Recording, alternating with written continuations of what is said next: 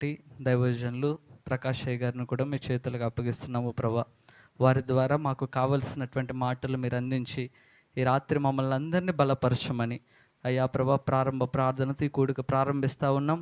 ముగింపు ప్రార్థన వరకు మీ సన్నిధి మాకు తోడు నీడుగా ఉండి నడిపించి బలపరచమని యేసు నామములో ప్రార్థిస్తున్నాము మా పరమ తండ్రి, ఆమేన్. దేవునికి మహిమ కలుగునుగాక. హల్లెలూయా. ఒక మంచిది, రాత్రి మరొక పాట పాడుకొని మరి ప్రభు నామమును మహింపరచుదాం. ఆ తదుపరి మనం అందరం కూడా వాక్యాన్ని వినబోతా ఉన్నాం. మరి ఈ సమయంలో అగాపే ప్రేయర్ హౌస్ సహవాస సేవకులందరూ కూడా వచ్చి ఒక ప్రత్యేకమైన పాట పాడి వినిపిస్తారు. ఆ తదుపరి మనం ముందుకు కార్యక్రమంలోనికి వెళ్దాం. ఒక పల్లవి, 2 చరణాలు.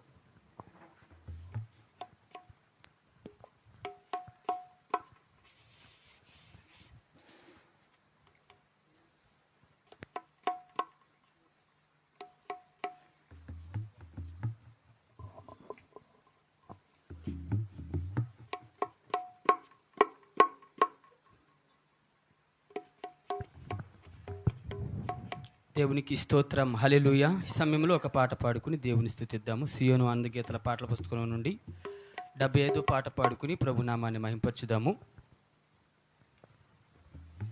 స్తుతియో మహిమ ఘనత నీకే యుగ యుగముల వరకు,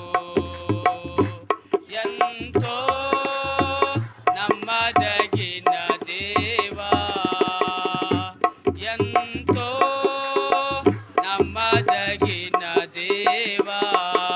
స్తుతియో మహిమ ఘనత నీకే యుగ యుగముల వరకు, ఎంతో నమ్మదగిన దేవా, ఎంతో నమ్మదగిన దేవా. మా దేవుడవై మాకే చితివి, ఎంతో గొప్ప శుభదినము. మా దేవుడవై మాకే చితివి, ఎంతో గొప్ప శుభదినము. మేమందరము ఉత్సాహించి సంతోషించెదము. మేమందరము ఉత్సాహించి సంతోషించెదము. కొనియాడెదము మరువబడని మేలులు చేసెనని. కొనియాడెదము మరువబడని మేలులు చేసెనని. మహిమ ఘనత నీకే యుగ యుగముల వరకు, ఎంతో నమ్మదగిన దేవా, ఎంతో నమ్మదగిన దేవా. నీవే మాకు పరమ ప్రభుడవై నీ చిత్తము నెరవేర్చెతివి. నీవే మాకు పరమ ప్రభుడవై నీ చిత్తము నెరవేర్చెతివి. జీవమునిచ్చి నడిపించెదవు నీ ఆత్మ ద్వారా. జీవమునిచ్చి నడిపించెదవు నీ ఆత్మ ద్వారా. సేవించెదము సమభూమి గల దేశములో నిన్ను. సేవించెదము సమభూమి గల దేశములో నిన్ను. స్తుతియో మహిమ ఘనత నీకే యుగ యుగముల వరకు, ఎంతో నమ్మదగిన దేవా, ఎంతో నమ్మదగిన దేవా.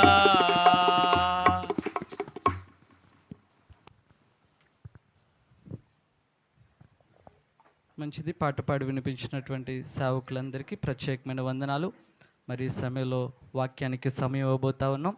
మరి దైవజనులు మరి రాత్రి మనందరికి వాక్యాన్ని అందించే ముందుగా మరి రాజేష్ అయ్య గారు ఒక చిన్న ప్రార్థన చేస్తారు. ఆ తదుపరి మన వాక్యాన్ని విందాం.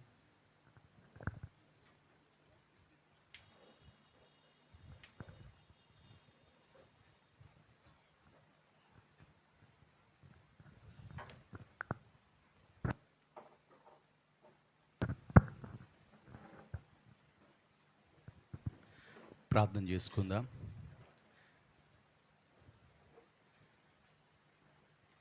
ఈ రాత్రి దేవుడు తన వాక్కు ద్వారా మనతో మాట్లాడినట్లు అందరం కలిసి కళ్ళు మూసుకొని ప్రతి ఒక్కరూ ఓ సిద్ధపాటును కలిగి, ప్రభువా ఈ రాత్రి నీవు నాతో మాట్లాడు, నన్ను దిద్దు ప్రభువా, నన్ను సరిచేయనైనా. అందరం కలిసి ప్రార్థన చేసుకుందాం.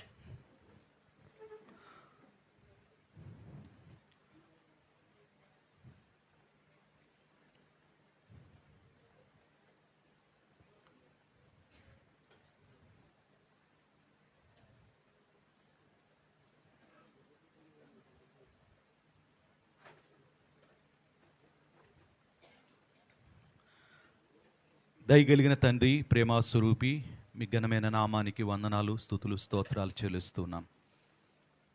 మా జీవితంలో మరొక రోజు ఇచ్చి ఈ దినచర్య అంతట్లో మీ సన్నిధిని మాకు తోడుగా ఉంచి ఈ సాయం వేళ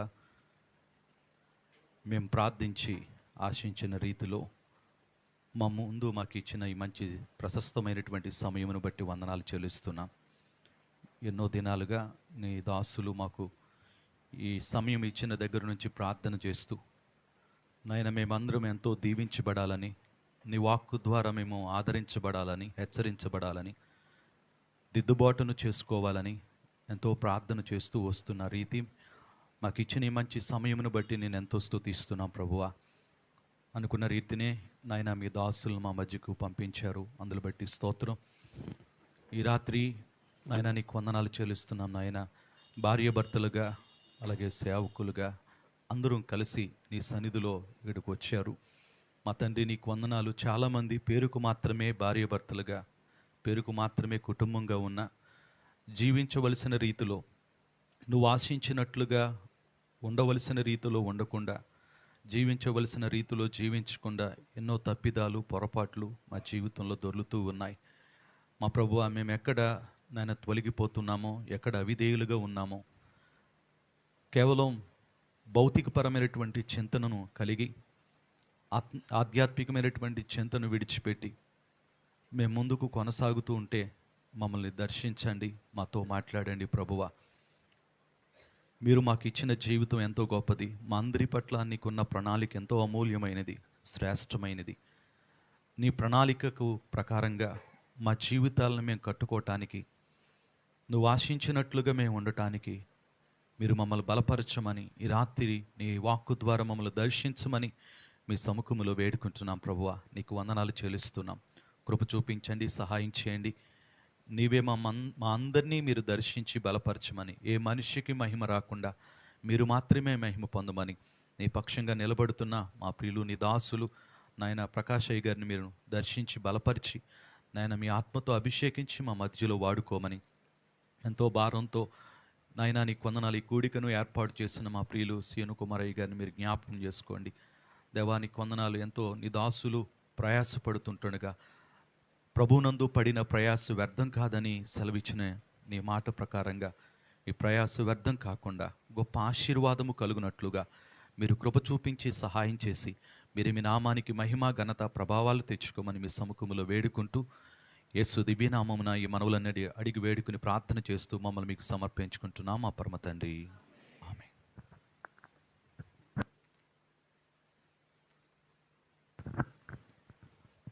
ప్రార్థించినటువంటి రాజేశ్వరి గారికి ఈ సభ తరపున ప్రత్యేకమైన వందనాలు తెలియజేస్తూ ఉన్నాం. మరి ఆలస్యం చేయకుండా మరి వాక్య సమయంలోనికి వెళ్తూ ఉన్నాం. మరి దయచేసి ఎవరి దగ్గర మొబైల్స్ ఉన్నట్లయితే స్విచ్ ఆఫ్ చేసుకునండి, లేదా మీకు అర్జెంట్ అనుకుంటే సైలెంట్ మోడ్లో ఉన్న పెట్టండి.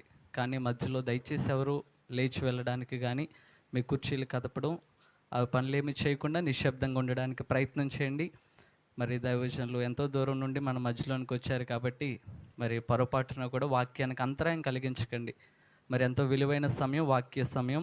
మరి వాక్యాన్ని వినబోతా ఉన్నాం. మరి అందరూ కూడా గుర్తించి మరి వాక్యానికి విలువ ఇవ్వాలని ప్రభు పేరట మీకు మనవి చేస్తూ ఉన్నాం. మరి ఈ సమయాన్ని దైవజనులు ప్రకాష్ అయ్య గారికి ఇస్తూ ఉన్నాం. మరి వారు వచ్చి వాక్యాన్ని అందిస్తారు.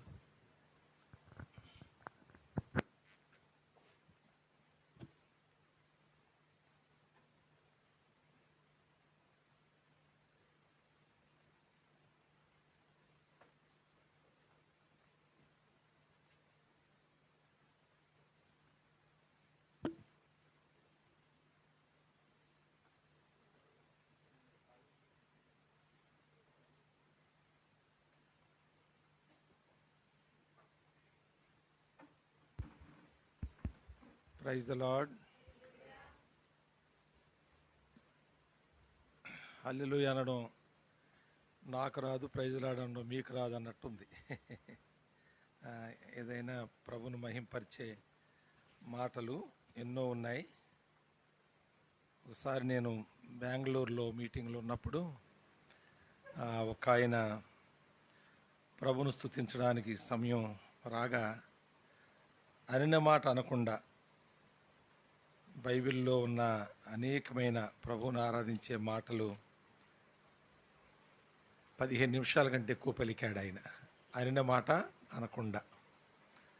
కనుక మనం ప్రభువును స్తుతించుట్లో అనేకమైన మాటలు ఉన్నాయి. కానీ అలవాటుగా ఒకటే మాటను పట్టుకుని దాన్ని పీడించొద్దని అనేక విధాలుగా ప్రభువును మనము స్తుతించాలని మీకు మరోసారి జ్ఞాపకం చేస్తున్నాను. మరి భార్యాభర్తలు మధ్యలో మాట్లాడాలి అన్నప్పుడు అది అవసరమా అనిపించింది నాకు. మీరు బాగుండండి నేను చెప్పడం ఏంటి వచ్చి, మీరు బాగుండాలని మీకు తెలియదా? భార్యాభర్తలమైన మేమిద్దరం బాగుండాలని మీకు తెలియదా? తెలుసా తెలియదా? తెలుసా? మరి ఇంకా ఇంకోళ్ళు చెప్పవలసిన పని ఏముంది అనిపించింది నాకు. అలాంటి సబ్జెక్ట్ ఇది. కనుక ఇది మరి ఎవరికి నేను బోధించాలి అంటే బాగుండాలని ఉన్నా బాగుండలేకపోయిన వాళ్ళకు బోధించాలి.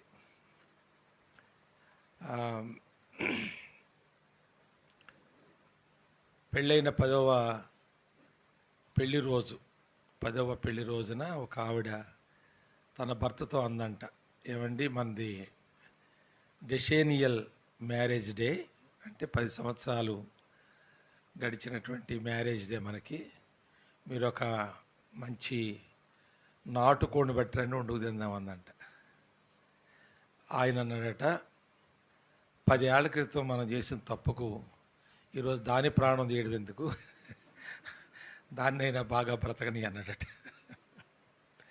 కనుక పెళ్లి రోజులు మనం బాగా చేసుకున్నాం, కానీ పెళ్లి రోజున ఉన్నట్టుగా 10 ఏళ్ల తర్వాత ఉండలేదు మనం అనే వారికి నేను ఈరోజు వాక్యం చెప్తున్నానేమో. ఒకవేళ ఆ ఆనందం, ఆ ఐక్యత, ఆ ప్రేమ, ఆ సమాధానాలు మనలో ఉండాలని ఆశ ఉన్నా ఉండలేకపోయిన పరిస్థితులను బట్టి ఆ మాట అనవలసి వచ్చింది. ఒకసారి మా చర్చిలో ఉన్న ఒక పీజీ కాలేజీలో అసిస్టెంట్ ప్రొఫెసర్గా ఉన్నాడు రాజు అని ఒక ఆయన.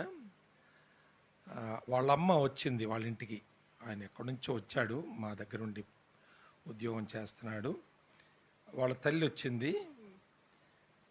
మీటింగ్ అయిపోయిన తర్వాత సండే అది,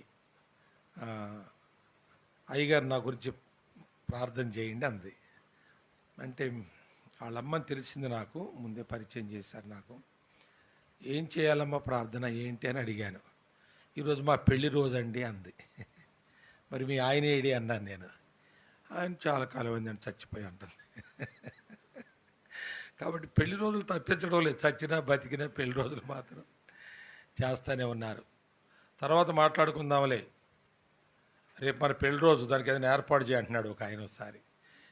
ఆ గొడవ తర్వాత మాట్లాడుకుందాంలే అంటే పెళ్లి రోజు అయిపోయాక మాట్లాడుకుందాం, ఆ ఏర్పాట్లు ఏంటో చేయి, పిల్లలు కూడా వస్తున్నారు అన్నాడట. కనుక ఇలాగ మనం పెళ్లి రోజు పండగలు చేసుకున్నామేమో కానీ ఆ పెళ్లి రోజు మనం ఉన్నట్లు ప్రతిరోజు ఉండలేకపోతున్నాం.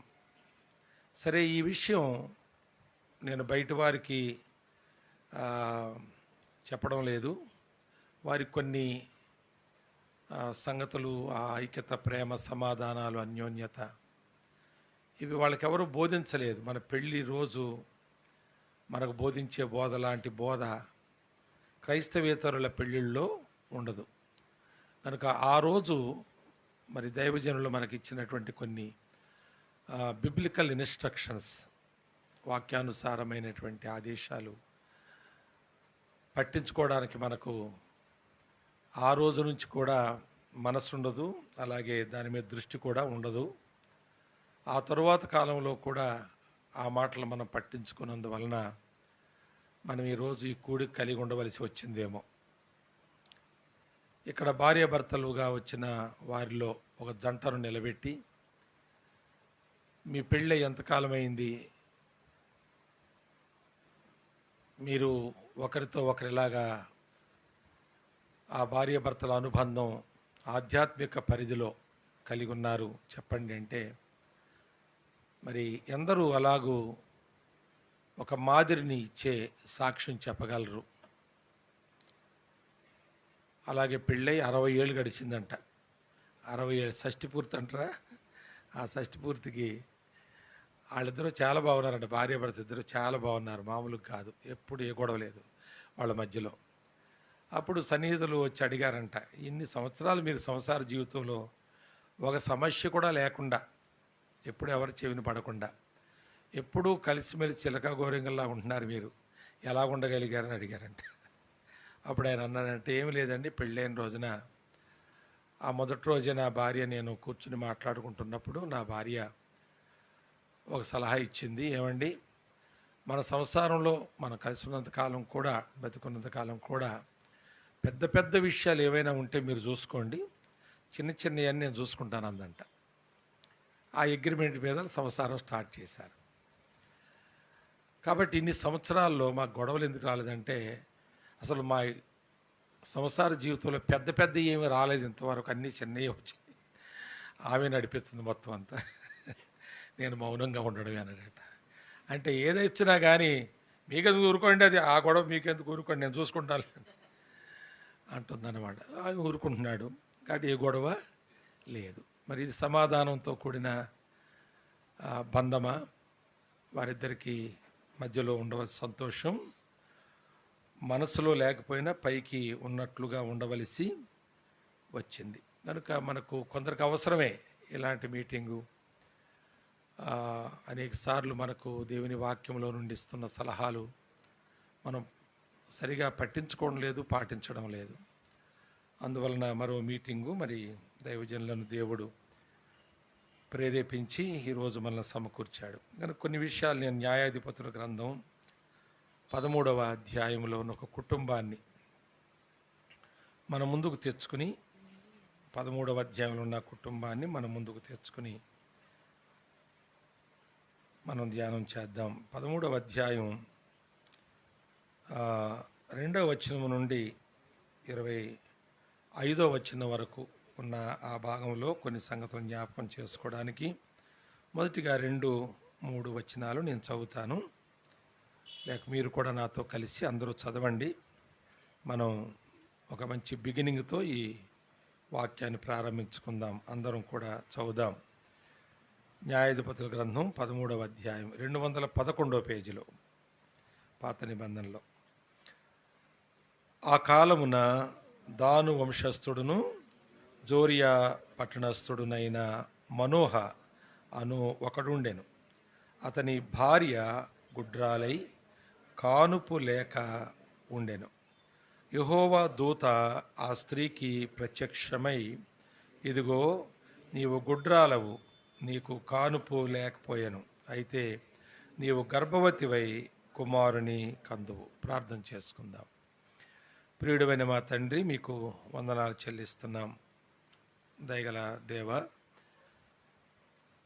నీ యందు విశ్వాసం ఉంచిన సంవత్సరాల తరబడి నీ వాక్యాన్ని చదువుతూ, వాక్యాన్ని వింటూ, మీ వాక్య సత్యములను ఎరిగిన మేము భార్య భర్తగా నీ సన్నిధిలో మరొకసారి మమ్మల్ని మేము ఈ వాక్యపు అద్దములో వెలుగులో మా దాంపత్య జీవితాలను చూసుకునే అవకాశం దయచేశారు.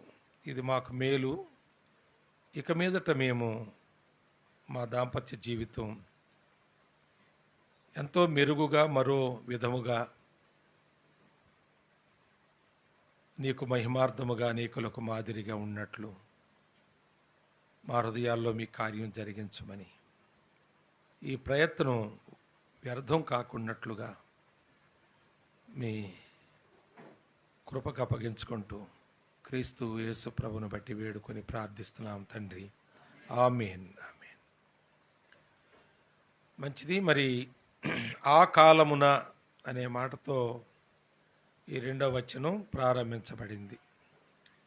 ఎవరైనా వెనకాల పట్టకపోతే స్త్రీలైనా పురుషులైనా ముందు కింద ఖాళీ ఉంది, ఆ వెనకాల సందుల్లో కూర్చునే కంటే ముందుకొచ్చి ఎవరు లేచి ఎవరన్నా సమర్పించుకుని రాగలిగిన వాళ్ళు, కింద కూర్చోలేని వాళ్ళు తప్పకుండా పైన కూర్చోండి. కూర్చోగలిగితే అమ్మ మీరు స్త్రీ వైపుకి వస్తే, ఏమన్నా పురుషులు వస్తే కూర్చుంటారు. ఇటువైపుకి రండి. అందరూ తగ్గించుకోవక్కర్లేదు, కుర్చీలు ఖాళీ అయిపోతాయి. మళ్ళీ కొందరు అలాగా కింద కూర్చోగలిగిన వాళ్ళు ఈ డ్రమ్ములు అక్కడ పెట్టేయండి. ఇంకా బాబు ఈ చివరకు కూర్చోండి, ఆ చివరకు కూర్చోండి. కొందరు కుర్చీలు ఉన్నాయి, మరి కొందరు సోమరీమణులు వస్తారు, వాళ్ళకి కొన్ని ఖాళీ పెట్టి అమ్మ ఇక్కడ రండి.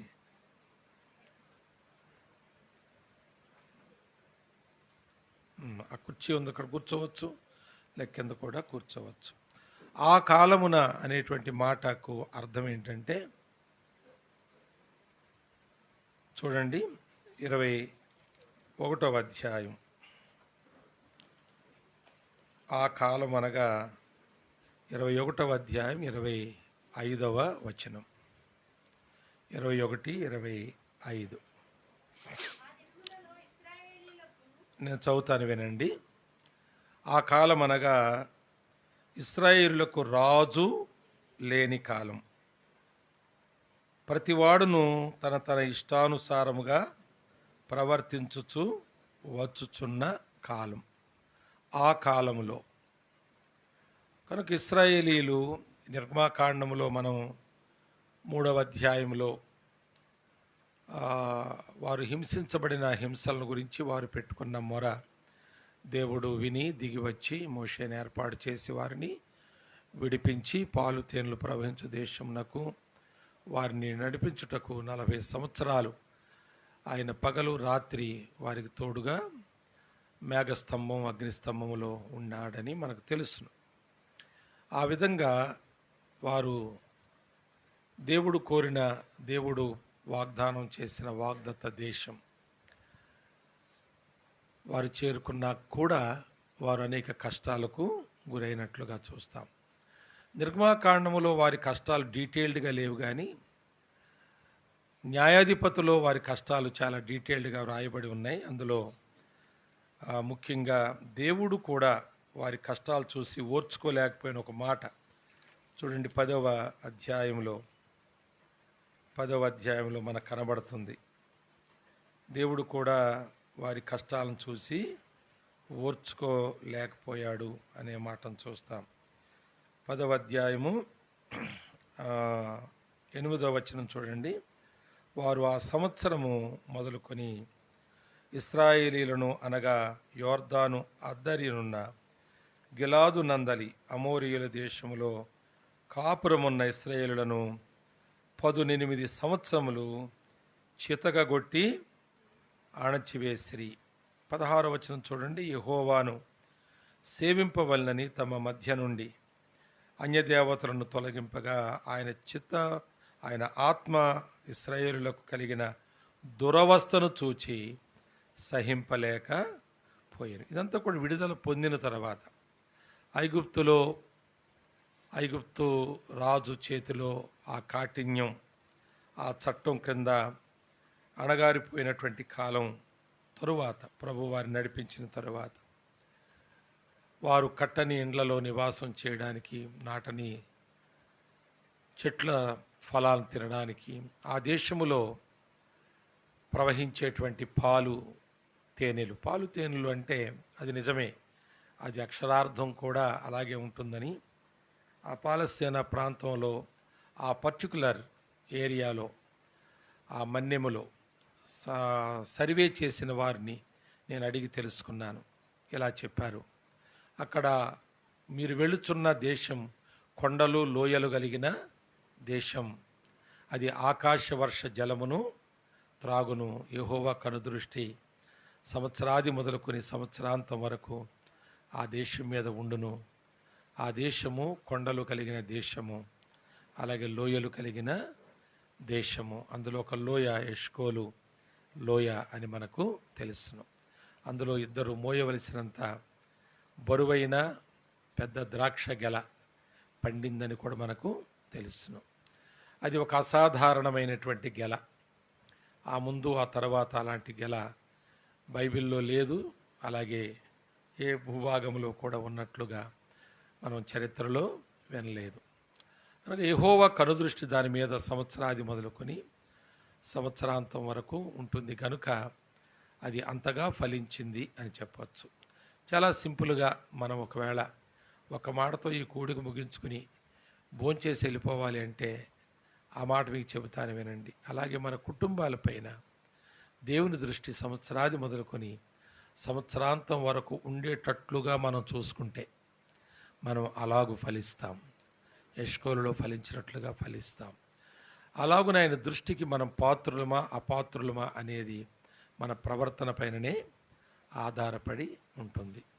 కనుక వీరు ఆ దేశం వెళ్ళినప్పుడు అక్కడ పాలు తేనెలు ప్రవహించే దేశం అంటే ఆ మేకల మందలు, గొర్రెల మందలు ఆ కొండల మీద ఉన్న పచ్చికను, ఆకులు, ఆ చెట్లు మేయడానికి కింద మొదలుకొని చిట్ట చివరి వరకు అవి రోజు వెళ్ళిపోతూ ఉంటాయని, ఆ కొండ చుట్టూ కూడా తిరుగుతుంటాయని కాపర్లు కొండ దిగువ భాగమున ఉండి వాటిని చూస్తూ ఉంటారు. అవి చివరికి వీళ్ళు పిలుస్తారో అవి పొద్దు తెలుస్తుందో కానీ కిందకి దిగి వస్తాయి, ఇంటికి తోలుకు వెళతారు. కనుక మధ్యాహ్న కాలంలో అవి బాగా తిని బలిసిన అది పాలతో నింపబడినటువంటి పొదుగులతో ఆ విశ్రాంతి తీసుకునే సమయంలో ఆ కొండ గుట్టల మీద ఉన్న రాళ్ళు ఆ పొదుగులను ఒత్తగా పాలు కారి కిందకు ప్రవాహం వలె వస్తాయంట. వేల వేల గొర్రెల పాలు క్రిందకు అలా వస్తూ ఉంటాయి. అవి అలా వస్తూ ఉంటుండగా ఆ దిగువ భాగంలో ఉన్నటువంటి ఆ చెట్ల మీద పట్టిన తేనె పట్టులో నుంచి తేనె కారి ఆ పాలలో కలిసి అది ప్రవాహంగా వెళ్ళిపోతూ ఉంటుందట. అది అక్షరార్థంగా నిజమని ఆ ప్రాంతం సర్వే చేసినటువంటి ఆయన స్వయముగా నాకు చెప్పగా నేను మీకు చెబుతున్నాను. అలాంటి దేశములో ఉండి వారు పడుతున్న హింసలు, చితకగొట్టబడుట, నలుగగొట్టబడుట, వారు మరి కనీసం 110 సంవత్సరాలు అన్యరాజుల పరిపాలనలో, అన్య న్యాయాధిపతుల పరిపాలనలో పడి వారు వేధించబడుతున్నటువంటి పరిస్థితిని మనం చూస్తాం. దానికి కారణం ఏంటంటే హోషియా గ్రంథంలో చూస్తాం. చూడండి, హోషియా గ్రంథంలో 10వ అధ్యాయం, హోషియా గ్రంథం 10వ అధ్యాయము వచనం చెబుతాను. 3వ వచనమా 2వ వచనమా? హోషియా గ్రంథం 10వ అధ్యాయము 3వ వచనం. రాజు మనకు లేడు, మనము యెహోవాకు భయపడము. అది వారి తత్వం. హోషియా గ్రంథం 749 పేజీలు. దానియేలు గ్రంథం తర్వాత హోషియా గ్రంథమే కదా. 10వ అధ్యాయము 3వ వచనం. రాజు మనకు లేడు, మనము యెహోవాకు భయపడము. రాజు లేడు గనుక ప్రతివాడు కూడా తన ఇష్టానుసారముగా ప్రవర్తించుచు వచ్చెను అనే మాట మనం ఇందాక 21-25లో మనం చదువుకున్నాం. దాని కారణంగా వారిష్టానుసారంగా ప్రవర్తించడం వలన దేవుని భయం వారికి లేకపోవటం వలన వారు అన్య రాజుల లేక న్యాయాధిపతుల చేతిలో బాగా నలుగుగొట్టబడ్డారు. ఆ కాలంలో నేను నా పాత బైబిల్లో లెక్క చూశాను, రాసి పెట్టుకున్నాను.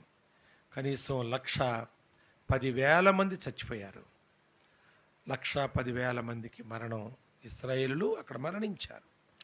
చాలా భయంకరమైన మరణకాండ. ఆ పరాయి వారి చేతిలో ఆ కొరడా దెబ్బలకు, ఆ హీనమైనటువంటి ఆ నీచమైనటువంటి వారి యొక్క శిక్ష, అనాగరికమైన శిక్ష విధులకు వారు గురై వారు చనిపోయారు. ప్రియులారా, గనుక దేవుడు ఆయన వాగ్దాన దేశం చేర్చినట్లుగా మనల్ని కూడా ఆయన సంఘములోనికి మనలను చేర్చాడు. ఇక్కడికి వచ్చిన తర్వాత రాజు లేడు అంటే కొన్నిసార్లు దేవుని సేవకుని, ఒకవేళ పైన దేవుడు కింద దేవుని సేవకుడు. ఒక విశ్వాసి ఈ ఇద్దరి మధ్యలో బ్రతకాలి. పైన దేవుడు, అలాగే క్రింద సేవకుడు. ఒక కుటుంబము, క్రైస్తవ కుటుంబం ఈ ఇద్దరి మధ్యలో వారు బ్రతకాలి అనే ఒక నియమం మనం కలిగి ఉండాలి. కానీ చాలా కుటుంబాలకు సేవకుని మాట వినరు, పైన దేవునికి కూడా భయపడరు. దేవుని భయం లేదు, సేవకుని అదుపు ఆజ్ఞలలో ఉండరు. అందువలన ఆ కుటుంబాలు విచ్చలవిడిగా, తరువాత అనేక రకములైన క్రమశిక్షణ చర్యలు దేవుడు వారి మీద తీసుకుంటూ ఉన్నాడు. క్రమశిక్షణ చర్యలు కనుక మనము అనేకసార్లు చిన్న భిన్నంగా, అసమాధానంగా, అలాగే విభేదాలతో, ఎడబాటులతో, ఒకరిపైన ఒకరికి ఉండవలసిన ప్రేమ అనురాగాలు లేనందువలన మనము కలిసి ఒక కప్పు కింద ఉంటున్నాం, కానీ మనము కలిసి ఒక శరీరముగా కలిసి జీవించలేకపోతున్నాం. దేవుడు జతపరిచిన వారిని మనుషులు వేరు చేయకూడదు అన్నాడు. కానీ మనల్ని వేరు చేసేవాళ్ళు ఎవరో కాకపోవచ్చు, కానీ మనం ఒకరికి ఒకరు వేరుగా ఉండడానికి మనమే కారణమై ఉంటే మనం చాలా మించిపోయిన దేవుని యొక్క శిక్షకు గురి కావలసి వస్తుంది. ఇంకో మాట చూడండి, సామెతల్లో ఒక మాట చెప్తాను మీకు. సామెతల గ్రంథంలో 30 అధ్యాయములు 27వ వచనం చూడండి. 30వ అధ్యాయం 27వ వచనం. మిడతలకు, చదవండి అందరూ చదవండి. మిడతలకు రాజు లేడు, ఆయనను అవన్నీ పంక్తులు తీరి సాగిపోతున్నాయి. మిడతలకు రాజు లేడు. అక్కడ రాయబడలేదు, కానీ హోషియాలో రాసిన దాన్ని మనం దీన్ని ఇక్కడ అన్వయించుకుని ఆలోచన చేస్తే మిడతలకు రాజు లేడు కానీ దేవుని భయం ఉన్నట్టుంది.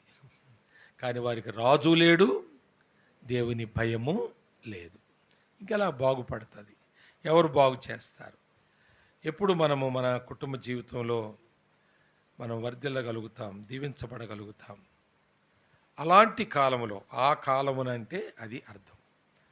ఆ కాలములో ఇశ్రాయేలు ఎలాగున్నారు అని చూస్తే 19వ అధ్యాయం చూడండి. ఒక మాటలాగా 1-2 వచనాలు చూస్తే మనకు అర్థమైపోద్ది. 19వ అధ్యాయం 1వ వచనములో, ఇశ్రాయేలులకు రాజు లేని దినములలో లేవీయుడైన ఒకడు ఎఫ్రాయిమీయుల మన్యపు ఉత్తర భాగమున పరదేశిగా నివసించుచుండెను. అతడు యూదా బెత్లెహేములో నుండి ఒక స్త్రీని తనకు ఉపపత్నిగా తెచ్చుకొనగా,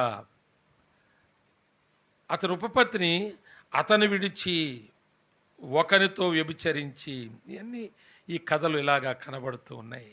లేవీయుడు దేవుని సన్నిధిలో పరిశుద్ధునిగా ఉండవలసిన వాడు. దేవుని సన్నిధిలో పరిశుద్ధమైన ఉపకరణములను తాకుటకు దేవుని యొద్ద నుండి అధికారం పొందినటువంటి వాడు. దేవుని పరిశుద్ధ సన్నిధిలో ప్రవేశించగలిగినవాడు, ప్రవేశింపదగినవాడు. అతడు ఒక ఉపపత్ని అంటే అర్థం ఏంటి? భార్య ఉండగా మరొక ఆమెను తెచ్చుకోవడం, ఇది అపవిత్రత. పవిత్రమైన పరిచర్యలకు ఏర్పరచబడిన వంశమునకు చెందిన సేవకులు ఒక అపవిత్రమైన ఆలోచన, అపవిత్రమైనటువంటి శారీరకమైన కోరికలతో కూడినటువంటి బంధాలు ఏర్పరచుకున్నారు. ఆమె ఏం చేసిందంటే, మరలా చదవలేక చదువుతున్నాను ఆ మాటలు నేను, ఈయన్ని వదిలి ఇంకోటి పట్టుకుందంట. ఆమె ఆ రకం, ఆమె యోధా బెతలహేమ స్త్రీ, ఈయన లేవీయ వంశం. ఏంటండి ఈ వ్యవహారాలు, ఏంటండి ఇలాగుంది? సేవకులు, ఒక ఆయన ఇంటికి వెళ్ళాను ఒకసారి నేను, సిద్దిపేట 40 కిలోమీటర్ల దూరంలో. బాలరాయుడు అతని పేరు. అలా వెళుతూ ఆయన ఇంటికి వెళ్ళాను. వింటున్నాను చాలా కాలం నుంచి ఆ ప్రాంతంలో సేవకున్నాడని. వెళ్ళి వచ్చేసాను. మరుసటి రోజున ఒక దగ్గర ఒక ఆయనతో మాట్లాడుతున్న, విఠల్ రెడ్డి అని ఆయనతో మాట్లాడుతుంటుండగా, ఆయన మా చర్చ్ మెంబర్ ఆయన, మాట్లాడుతుండగా మొన్న వీరారెడ్డి పెళ్ళిళ్ళను బాలరాయుడు వాళ్ళ ఇంటికంటే ఏమన్నాడు బ్రదరు అన్నాడు ఈయన నాతోటి. ఏం మామూలుగా ఏదో మాట్లాడాడు, కానీ అక్కడ బాగా నూనె సీసాలు ఉన్నాయి దాని చుట్టూ. అంటే ఏంటిది అంటే, ఇక్కడ పెట్టిపోతారు, నేను ప్రార్థన చేసి పెడతాను, వచ్చి పట్టుకుపోతారట అన్నాడు. ఎవరో వచ్చి పెడతారంట, ప్రార్థన చేస్తారట, అలా పట్టుకుపోతారు అన్నాడు నాతో. అదొకటే విశేషం అనిపించింది నాకు. అంతేనా అన్నాడు ఆయన. అంతే, మరి ఇంకేంటన్నాను నేను. అంటే ఆయనకి 2 భార్యలు ఇంట్లో ఉంటారు, మీరు చూడలేదంటే. ఆ 2 స్త్రీలను చూశాను, కానీ సేవకుడికి 2 భార్యలు నేను ఎందుకు అనుకుంటాను అన్నాను. సరే, సేవకుడు తెగించేమన్నా అలాంటి దుర్మార్గ పనులు చేసినా ఎక్కడో చాటుమాటుగా ఎక్కడో పెడతాడు, కానీ పబ్లిక్ 2 ఇంట్లో ఎందుకు పెట్టుకుంటాడని నేను అనుకున్నాను. అంటే లేదు లేదు, ఇద్దరితో ఉంటాడు, ఇంట్లో ఉంటాడు అన్న. సరే, కొంతకాలం అయిపోయి మార్కెట్లో కనిపించాడు సిద్దిపేట నాకు బాలరాయుడు గారు. నేను ఆయన పలకరించి, ఏంటి మీకు 2 భార్యలు అన్నారు, నేను ఇంటికి వచ్చినప్పుడు 2 నేను స్త్రీలు చూస్తాను కానీ మీ భార్యలు అనుకోలేదంటే, మీకు తెలియదా బ్రదరు అన్నాడు నన్ను. నాకు తెలియదు అన్నాను. వాళ్ళిద్దరు ఓన్ సిస్టర్సే, పరాయి వాళ్ళు ఎవరు కాదు.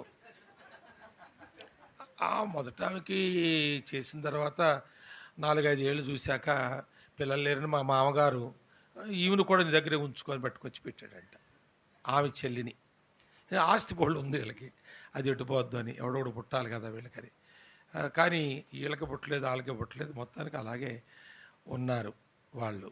కనుక మీకు తెలియదా అని మళ్ళీ విశేషమైన మాట ఏమన్నాడంటే ఆయన, అంటే అది నేనేమి కోరుకుందిగా, దేవుడే ఇచ్చాడు అన్నాడు. మళ్ళా దేవుడు ఇచ్చాడు అని అంటే కూడా నేను చాలా అతనికి చాలా చిన్నోడిని, సేవలో కూడా కొంచెం కొత్తోడిని నేను అని ఎక్కువ ప్రశ్నించలేకపోయాను. అని దేవుడిచ్చాడని ఎట్లా అనుకోవాలి అనుకుంటుండగా, నాకు తెలుసు మీకు దేవుడిచ్చాడంటే అర్థం కాదు, కానీ ఇద్దరికి చిరో వరం ఇచ్చాడు దేవుడు, వాళ్ళ ద్వారానండి అంత అభివృద్ధి చెందుతుంది అక్కడ సేవ అన్నాడు.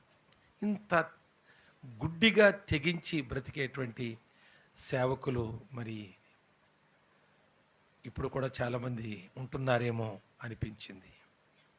ఒక లేవీయుడు యోధా బెతలహేములోకి వెళ్ళి అక్కడ ఒక ఉపపత్రిని తెచ్చుకుంటే ఆమె పోయి ఇంకోని పట్టుకుందంట. అప్పుడు వాడు వదిలేసిపోయాడంట. చదవండి మీరు, తర్వాత తెలుస్తుంది మీకు. 19వ అధ్యాయం. ఆడు వదిలేసిపోతే తర్వాత ఇంకొకడు ఈడు ఎత్తుక్కుంటూ వెళ్ళాడట. మళ్ళీ ఎత్తుకుంటూ వెళ్ళాక వాళ్ళ నాన్నగారు ఇంటికాడు ఉందంట. వాళ్ళ నాన్నగారు జరిగింది తెలిసి వీడికి ఎలాగ మళ్ళీ అంటగట్టి పంపిందామని చూస్తే మొత్తానికి 2-3 రేపుండు అని గడిపి మొత్తానికి అది మరుగుడు పెట్టి మొత్తానికి మళ్ళీ అంటగట్టి పంపిస్తుంటే దారిలో చీకట పడితే ఒక ఇంటికి చేరితే అక్కడ ఉన్నటువంటి బెన్యామీనీయులు మరలా ఆమెను పట్టుకుని ఆళ్ళ తీసుకెళ్ళి ఆళ్ళ రాత్రంతా చెరిపేస్తే ఏంటండి బ్రతుకులు? ఇలాగున అపవిత్రమైన జీవితాలు. రాజు లేడు, మమ్మల్ని అడిగేటోళ్ళు లేడు, పైన దేవుడికి మేము భయపడం, మేమేం చేస్తే ఏమి అనే దినాలలో ఈ కుటుంబం చూడండి ఎంత మంచి కుటుంబమో. 2వ వచనములో, ఆ కాలమున దాను వంశస్థుడును జోరియా పట్టణస్థుడునైన మనోహ అనువకుడు ఉండెను. అతని భార్య గుడ్రాలై కానుపు లేక ఉండెను. ఆ మాట గమనించండి. వారి అన్యోన్య సహవాస జీవితాన్ని గమనించండి. పిల్లలున్నవాడే. ఇప్పుడు 11వ అధ్యాయంలో చూస్తే ఇక్కడ కూడా గిలాదు ఒక వేశ్య దగ్గరకు వెళ్ళి కరిన కుమారుడు పేరే యెఫ్తా కదండి. ఈ 11వ అధ్యాయంలో మనం చూస్తాం. గిలాదు వాడు దేవుని సంతతికి చెందినవాడు, మా గోత్రాలకు వంశానికి చెందినవాడు. పోయి ఒక వేశ్య దగ్గరకు పోయి ఒక కొడుకుని కన్నాడట. ఆ కొడుకు ఇంటికి తీసుకొస్తే ఇక్కడ ముందు భార్య కన్నా కొడుకులు, అరే నువ్వు వేశ్య కొడుకు, నువ్వు పోవాలని ఇంట్లోంచి వెళ్ళగొట్టారండి. ఏంటండి కథలన్నీ ఏంటి? ఇవి క్రైస్తవుల కుటుంబాల్లో జరగవలసినయేనా? ఇది సేవకుల కుటుంబాల్లో కూడా జరుగుతూ ఉండగా మనం చూస్తున్నాం. అలాంటి పరిస్థితులు అనేక స్థలాలు తిరుగుతున్నా నేను చూడలేక చూస్తున్నాను, వినలేక వింటూ ఉన్నాను. ఎక్స్ట్రా మ్యారిటల్ రిలేషన్స్, వివాహేతర సంబంధాలు, మోహపు ఆలోచనలు, చూపులు, అలాగే తాకిడి. హైదరాబాద్లో సేవకుని మీదకి తన కోడలు చెబుతుంది, తన పెద్ద కుమారుని భార్య చెబుతుంది, పాస్టర్ గారికి, పెద్ద పాస్టర్ గారికి ఏదో గ్లోబల్ మినిస్ట్రీ అని పేరు పెట్టేశాడు ఆయన మినిస్ట్రీకి. ఈయన చాలాసార్లు మా మామగారు నన్ను తాకడానికి ఇష్టపడేవాడు, పెద్ద కోడలు చెబుతున్నమాట. నన్ను తాకాలని చూసేవాడు, ముద్దు పెట్టుకునేవాడు అమాంతంగా. అంటే అమ్మా అని తాకేవాడు, అమ్మా అని ముద్దు పెట్టుకునేవాడంట. అంతేకాదు ఆ సంఘానికి వచ్చేటువంటి స్త్రీలు ఈయన భోజనం చేసే సమయంలో వస్తే రారా బిడ్డారా అని ఆమె తలలా పట్టుకుని నేను ముద్ద పెట్టేవాడట. ఇదంతా పోలీస్ స్టేషన్లో కేసు పెట్టారు వాళ్ళు. ఇలాగూ ఆ టచ్ అనేది ఆయనకి ఒక తత్వం అంట. అలాగూ అందమైన స్త్రీలను సేవకుడు, సీనియర్ సేవకుడు అని పేరు పెట్టుకున్నాడు. ఆయన జూనియర్ సేవకులు చాలామంది ఆయన కింద దేశమంతా ఉన్నారు అని చెప్పుకుంటాడు. ప్రతి రాష్ట్రంలో మాకు ఒక సంఘం ఉంది అని చెబుతాడు. కానీ ఆయనకి ఆ టచ్ అనేది ఒక శరీరమైన ఆ మోహపు తత్వం అంట ఆయనకి. ఈ కేసు అక్కడ పెడితే అక్కడికి వెళ్ళినటువంటి ఒక ఆయన చెబుతున్నాడు, నాతో విన్నటువంటి ఆయన మరో సేవకుడు, ఆ అమీన్ సాబ్ అంటారు మా దగ్గర, అంటే ఎస్ఐ సబ్ ఇన్స్పెక్టర్, చెడమడ తిట్టాడంట. ఏమయ్యా నీకు అని పిచ్చి, అంతే వయసు ఉంది నీకు, ఆ ముద్దులేంటయ్యా, ఆ టచ్ ఏంటి, ఈ కేసు ఏంటయ్యా, హే అసహ్యం అనిపింది నాకు, బైబిల్ ఎందుకు పట్టుకుంటావయ్యా నువ్వు ఇంకా అని ఎస్ఐ తిట్టాడట. కనుక ప్రియులారా, అలాంటి తత్వం కలిగినటువంటి ఆ దినాల్లో ఈ మనోహ ఆయన భార్య పిల్లలు లేకపోయినా, ఆడికి పిల్లలు ఉన్నారు ఆల్రెడీ, ఆ గిలాదు వాడికి పిల్లలు ఉన్నారు, ఆ లేవీయుడికి పిల్లలు ఉన్నారు. కానీ పోయి వేశ్య దగ్గర కూడా పోతాడు, ఉపపత్తిని ఒకటి తెచ్చుకుంటాడు. ఇలాంటి అపవిత్రమైనటువంటి బంధాలు ఏర్పరచుకుని వారి యొక్క ఆధ్యాత్మికమైన బంధాన్ని దేవునితో తెంపుకొని, ఇటు సేవకుని భయము లేదు, అటు దేవుని భయం కూడా వారికి ఏ అదుపు ఆజ్ఞ లేకుండా కళ్ళెము లేని గుర్రాల్లాగా, కంచర గాడిదల్లాగా వారు బ్రతుకుతున్నారని వాక్యములో దేవుడే వాపోతూ ఉన్నాడు. అలాంటి కాలంలో ఈ మనోహ తన భార్య, ఆమె పేరు ఒక తాల్మాడ్ అని ఉంటుందిగా, అందులో ఆ గ్రంథంలో రాయబడిన మాట ఏంటంటే హజ్జలెల్పోని, ఆమె పేరు హజ్జలెల్పోని. మనోహ అనేటువంటి ఆయన తన భార్య, మనోహ అంటే విశ్రాంతి, రెస్ట్ అని అర్థమట. తన భార్య హజ్జలెల్పోని అని అంటే దేవుని నీడలో జీవించేదట. భార్య భర్తలు ఎంత చక్కని ఆధ్యాత్మికమైన అనుబంధాన్ని వారు కలిగి ఉన్నారు. భర్త నెమ్మది కలిగినవాడు, విశ్రాంతి అనే అర్థం కలిగినవాడు, ఎంతో సాత్వికం కలిగినటువంటి వాడు. భార్య దేవుని నీడలో జీవించుచున్న అనుభవం కలిగింది. ఇది దాంపత్య జీవితం. వారికి పిల్లలు లేరు, కానీ అన్యోన్యత ఎక్కడా చెడిపోలేదు. వారు కలిసి మెలిసి ఉండడంలో, కలిసి జీవించుటలో ఎక్కడ ఎడబాసి లేరు. తరువాత ఒకానొక సమయంలో 13వ అధ్యాయం 12వ వచనం చూడండి. 12వ వచనం, అందుకు మానోహ, కావున నీ మాట నెరవేరినప్పుడు ఆ బిడ్డ ఎట్టివాడగునో అతడు చేయవలసిన కార్యమేమిటో తెలుపమని మనవి చేయగా. ఈ మాట నేను ముందుకు ఎందుకు చదువుతున్నానంటే తర్వాత మరలా జ్ఞాపకం చేసుకుందాం మనం. వీరికి పిల్లలు లేరు, అంతేకాదు పిల్లలు కావాలని ఆశ కూడా లేదు వాళ్ళకి. పిల్లలు కావాలనేటువంటి కోరికతో వారెప్పుడు ప్రార్థన చేయలేదేమో, ప్రార్థన చేయించుకోలేదేమో అని నేను ఎలా చెబుతున్నానంటే 12వ వచనం దానికి ఆధారంగా ఉంది. అంటే దేవుడు నీకు పిల్లల్ని ఇస్తాను, నీకు కుమారుణ్ణి ఇస్తాను అని చెప్పాడు. వింటున్నారు అయ్యగారు? మన వరకు రారులేండి కర్రలో కత్తులు పట్టుకొని, మనం విందాం. వాళ్ళు గొడవ పడనివ్వండి, మన గొడవ మనం పడదాం. వీళ్ళు ఏదన్నా సమాధానపరచగలిగితే మీరు ధన్యులు, దేవుని కుమారులు అనబడతారు, వెళ్ళొచ్చు. వినండి జాగ్రత్తగా. పిల్లలు ఇస్తాము అని దేవుడు వాగ్దానం చేస్తే మీకు పిల్లల్ని ఇస్తానని 3వ వచనం మాట ఉంది కదా, యెహోవా దూత ఆ స్త్రీకి ప్రత్యక్షమై, ఇదిగో నీవు గొడ్రాలవు, నీ కానుపు లేకపోయెను, అయితే నీవు గర్భవతి కుమారుని కందువు అంటే ఆ మాట పట్టుకెళ్ళి భర్తకి చెబితే ఆ భర్త అంటాడు, ఇదేంటి మనం అడగలేదు, ఆశించలేదు, ఇప్పుడు ఈ వయసులో మనకి పిల్లోడిని ఇస్తే మరి ఆయన ఎందుకు ఇస్తున్నాడు, ఆయన ఎందుకు ఇస్తున్నాడు, మనం వాడిని ఎలా పెంచాలి మనకు తెలియదు కదా, ఇంతవరకు హాయిగా ఉన్నాం చిలక గోరింకల్లాగా, ఇప్పుడు మరలో బుడ్డోడు ఎవడో వస్తే ఇప్పుడు అసలు దేవుడు ఎందుకు ఇస్తానన్నాడు, వాడిని ఎలా పెంచాలి, పద అడుగుదాం. ప్రభువా, మేము నిన్ను అడగలేదు, మేము ఆశించలేదు, నీకు నువ్వే వచ్చి ఇస్తానన్నావు, మరి ఎందుకు ఇస్తానన్నావు, వాడిని ఎలా పెంచాలి అనే ప్రశ్న వాళ్ళు వేస్తున్నారు కనుక నిజానికి వారి లోపల పిల్లలు కావాలని వారు ఆశించి వారి శారీరకమైనటువంటి ఆ యొక్క భార్యాభర్తల బంధాన్ని ఆశతో కొనసాగించుకుంటూ ఉన్నవారుగా మనకు కనబడతలేదు. ఆ మాటకు వస్తే మనకు బెస్ట్ ఎగ్జాంపుల్ ఏంటంటే క్రొత్త నిబంధనలో జకరియా, ఎలిజబెత్లు. వారు బహుకాలము గడిచిన వృద్ధులైరి. ఆమె గొడ్రాలు గనుక ఆమెకు కానుపు లేకపోయెను. కానీ వారు ఎలా ఉన్నారు చూడండి. ఆ మాట ఎంత గొప్ప మాటో చూడండి. వారి అన్యోన్యతను మనము అందుకోవాలి, దాన్ని మనము మన జీవితంలో భార్యాభర్తలుగా నెరవేర్చుకోవాలి. 6వ వచనం, వీరిద్దరు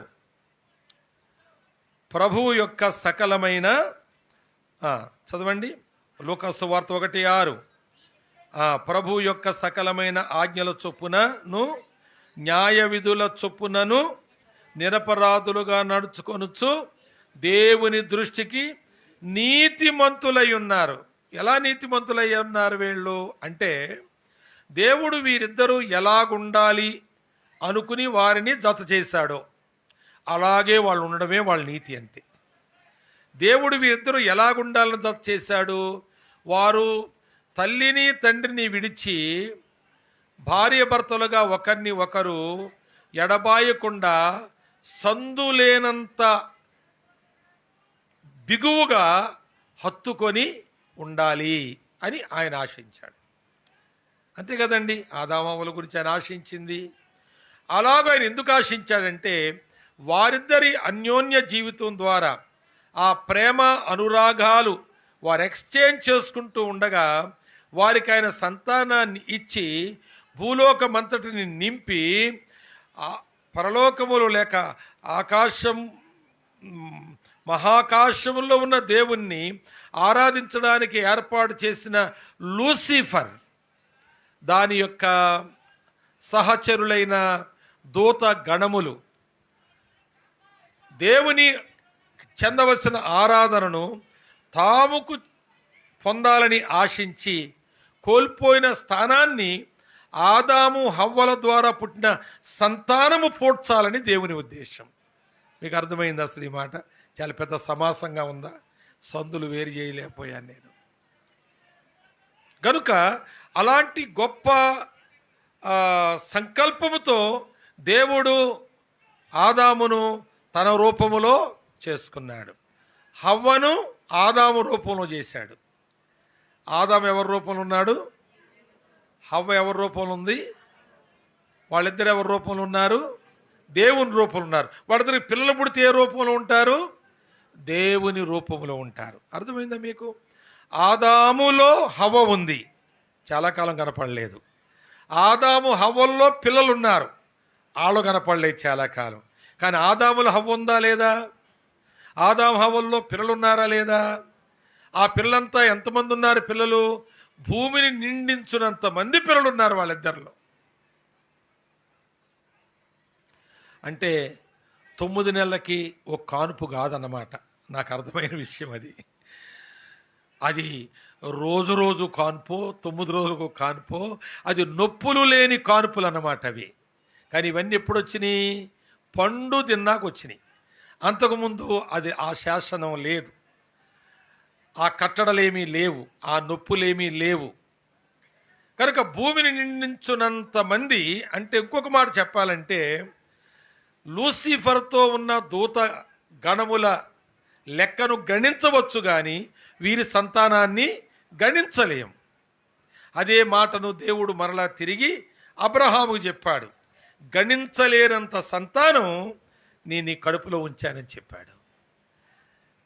పైన నక్షత్రాలు లెక్క పెట్టుకో, కింద ఇసుక రేణువులు లెక్క పెట్టుకో, అంత సంతానాన్ని నీ గర్భములో ఉంచానన్నాడు.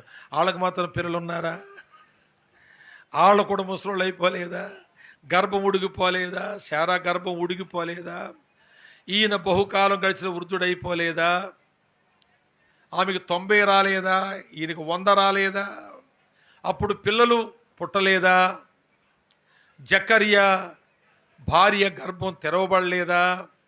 జకర్యా నీకు కుమారుడు పుడతాడు అన్నాడు. జకర్యా షాక్ అయిపోయాడు, నమ్మలేకపోతున్నాను అన్నాడు.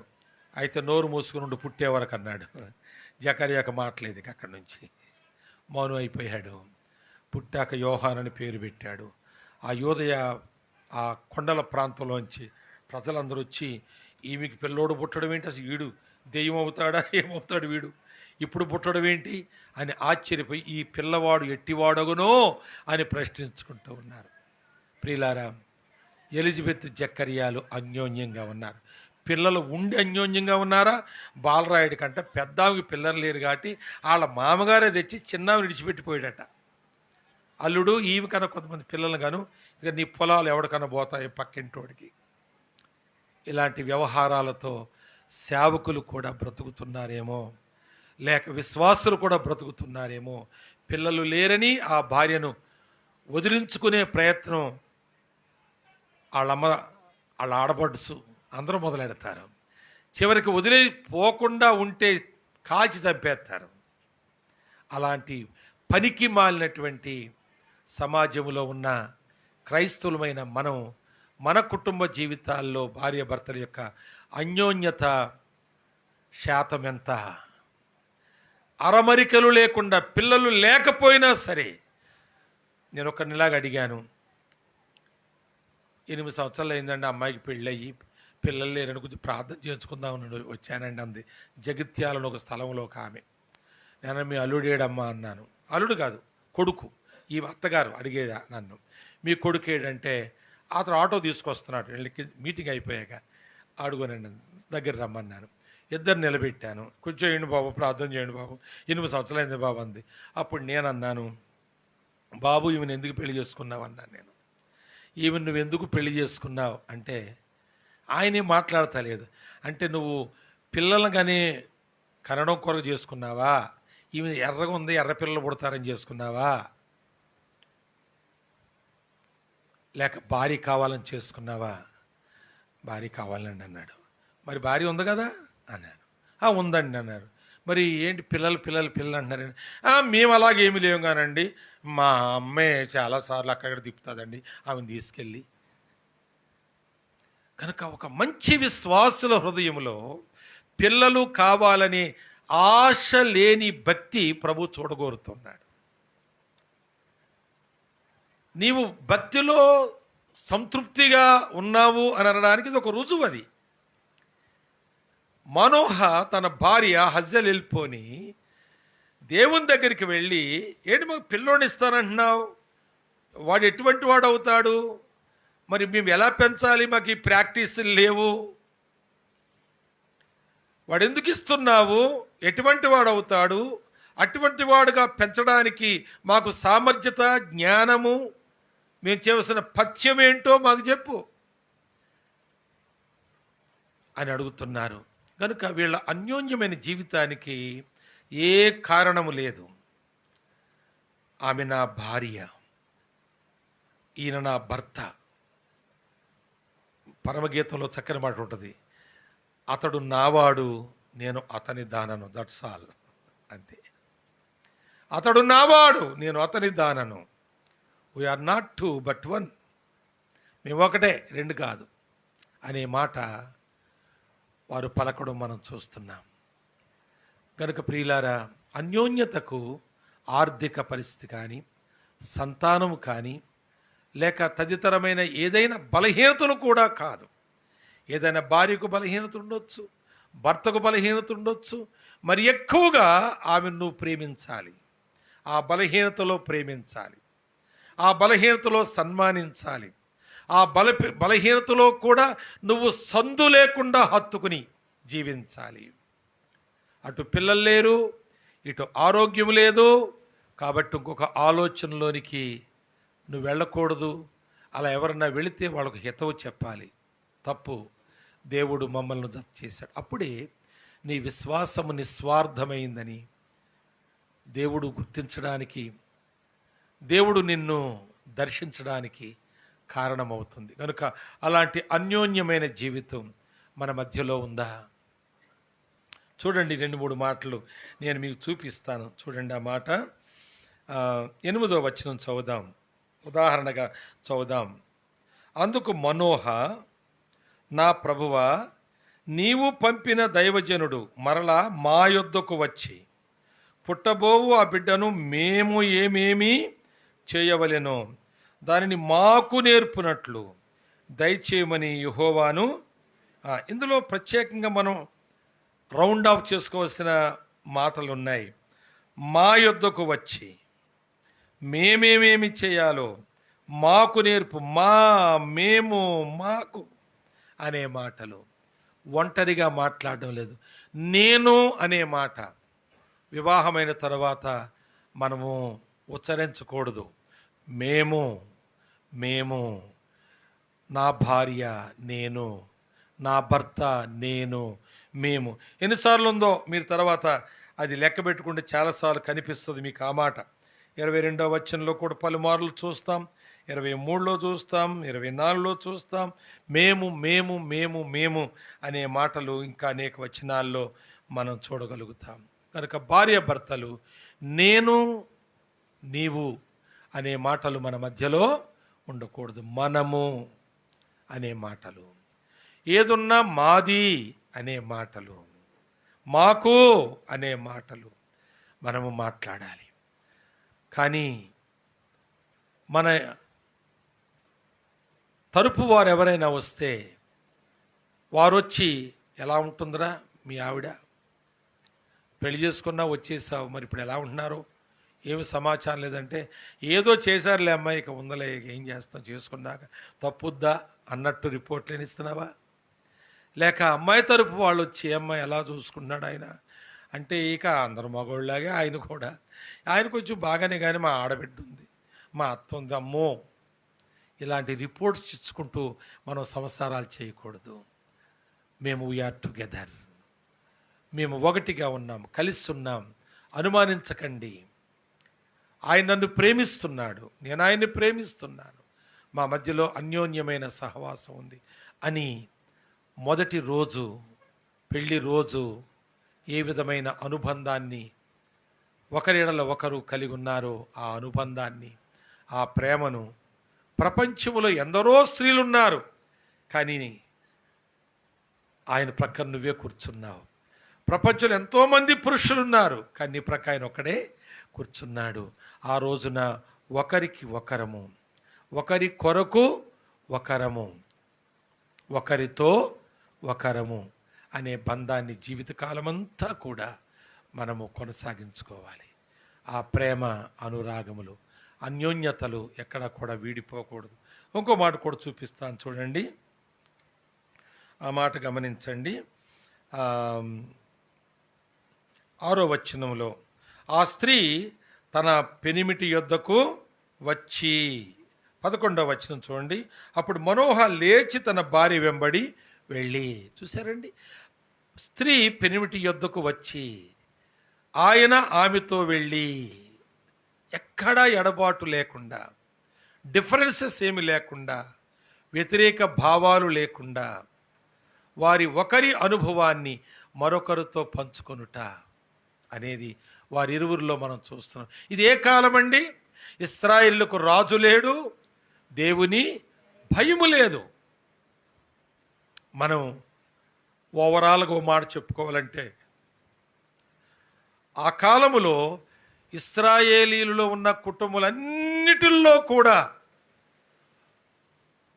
ఏ విధమైనటువంటి ఎడబాటు లేకుండా అన్యోన్యముగా ప్రేమ అనురాగాలతో బ్రతున్న ఒకే ఒక కుటుంబం ఆ కాలములో ఉంది. ఆ కుటుంబం మానోహ, ఆయన భార్య మాత్రమే. ఈరోజు నీ మాటలు వింటున్న నీవు, నేను ఒకవేళ అందరికీ ఆ విధమైన మాదిరిని ఇవ్వగలిగిన భార్యాభర్తలుగా ఉండే ఒక తీర్మానం చేయడం ఎంత మంచిది. అలా తీర్మానం చేయడానికి మనలో ఏం కావాలంటే, ప్రభు చెప్పిన మాటలు వాక్యంలో స్పష్టంగా ఉన్నాయి. భర్తవైన నీవు నిన్ను వలె నీ భార్యను ప్రేమించు. నీ భర్త నీకు శిరసయ్యున్నాడు గనుక నువ్వెల్లప్పుడూ ఆయనకు లోబడి ఉండు. That's all.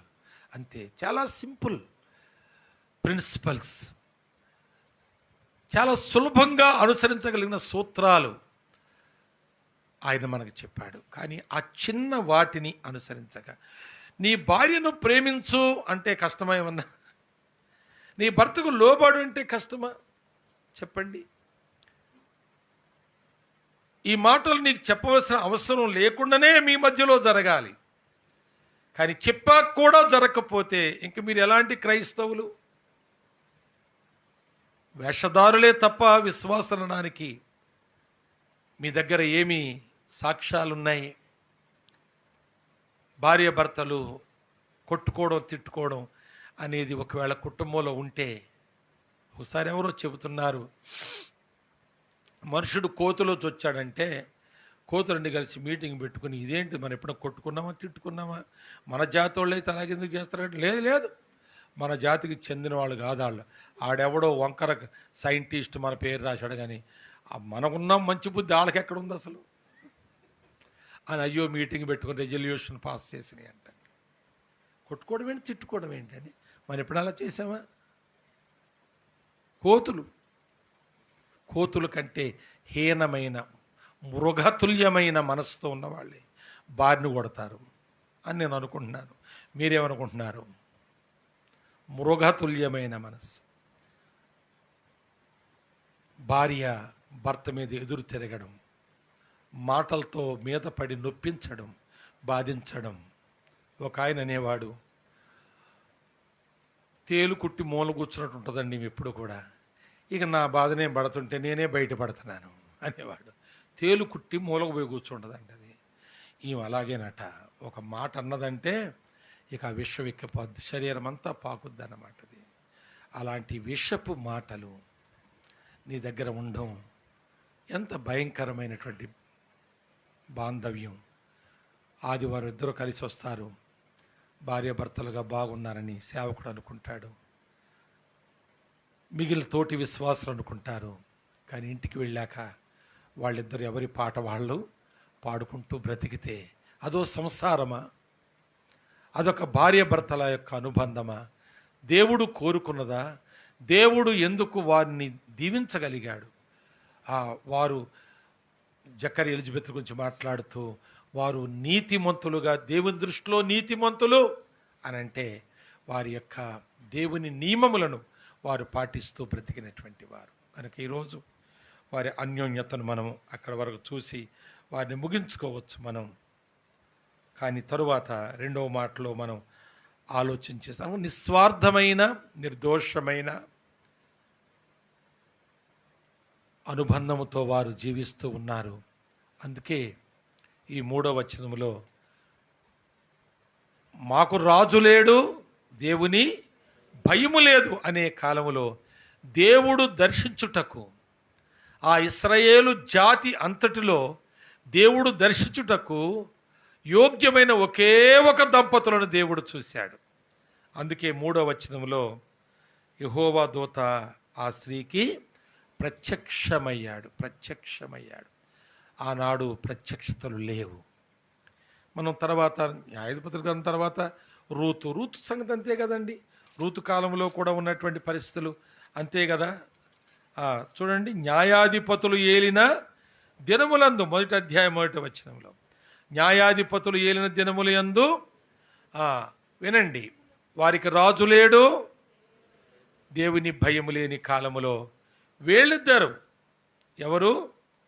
Naomi, Elimelech, Naomi, కిల్యోను, మహులోను అనే వారి కుమారులను తీసుకుని యూదా బేత్లెహేమును విడిచిపెట్టి, అనగా దేవుని ప్రజలు నివాసము చేయుటకు దేవుడిచ్చిన స్థలమును విడిచిపెట్టి, దేవుని బిడ్డల సహవాసం విడిచిపెట్టి, దేవుని దృష్టి ఉన్న, దేవుని సన్నిధి ఉన్న స్థలమును విడిచిపెట్టి దేవుడు శపించిన మోయాబుకు బయలుదేరి వెళ్ళిపోయారు. ఎవరు అదుపు ఉంది వాళ్ళకి? ఎవరు అదుపు లేదు. ఇటు సేవకుడు చెబితే వినరు, దేవుని భయం వారికి లేదు. ఆ విధంగా బ్రతుకున్న తర్వాత సమూయేలు గ్రంథమే కదా. అప్పుడు హన్నా ఏడ్చింది కదా, దేవా కొడుకుని నాకు ఈ పెనిన్న రోజు అంటుంటే తలనొప్పి వచ్చేస్తుంది నాకు. నేను గుడ్రాలును అనే మాటతో ఆమె ఎత్తి పొడుపులను నేను విని కొంచెం దుఃఖం కలుగుతుంది. నాకు కొడుకుని, ఆ కొడుకుని నీకు ఇస్తాను. అప్పుడు నా మీద నిందాబోద్ది. నీకు కూడా ఓ మనిషి అవసరంలో ఉన్నావు ఇప్పుడు నువ్వు. ఎందుకో తెలుసా? సిలోహులో అక్రమాలు జరుగుతున్నాయి. ఏలీ కుమారులు అక్కడకు సంవత్సరం వెళ్ళి అర్పణలు తీసుకువెళ్ళి దేవునికి అర్పించేటువంటి స్త్రీలను ఎగతాళి చేస్తున్నారు. వాళ్ళని ఉన్న వాక్యంలో 2వ అధ్యాయంలో చూస్తాం. ఎగతాళి చేస్తూ ఉన్నారు స్త్రీలను. ఇంకా భయంకరమైన మాటలు కూడా అక్కడ వ్రాయబడి ఉన్నాయి. ఉచ్చరింప సఖ్యము కాని మాటలు ఉన్నాయి అక్కడ. ఎప్పుడైనా హన్నాను కూడా ఎగతాళి చేశారే వాళ్ళు. ఎలాగో తప్పించుకుని బయటపడింది. అందుకే ప్రార్థిస్తుంది, నా నిందాబోద్ది, నీ అవసరం తీరుతుంది అన్నప్పుడు సమూయేలును పాలు విడిచిన వెంటనే అర్జెంటుగా పట్టుకెళ్ళి అక్కడ వదిలిపెట్టేసింది. దేవుడు కూడా అర్జెంటుగా ప్రత్యక్షత ఇచ్చాడు. అంతే కదండి.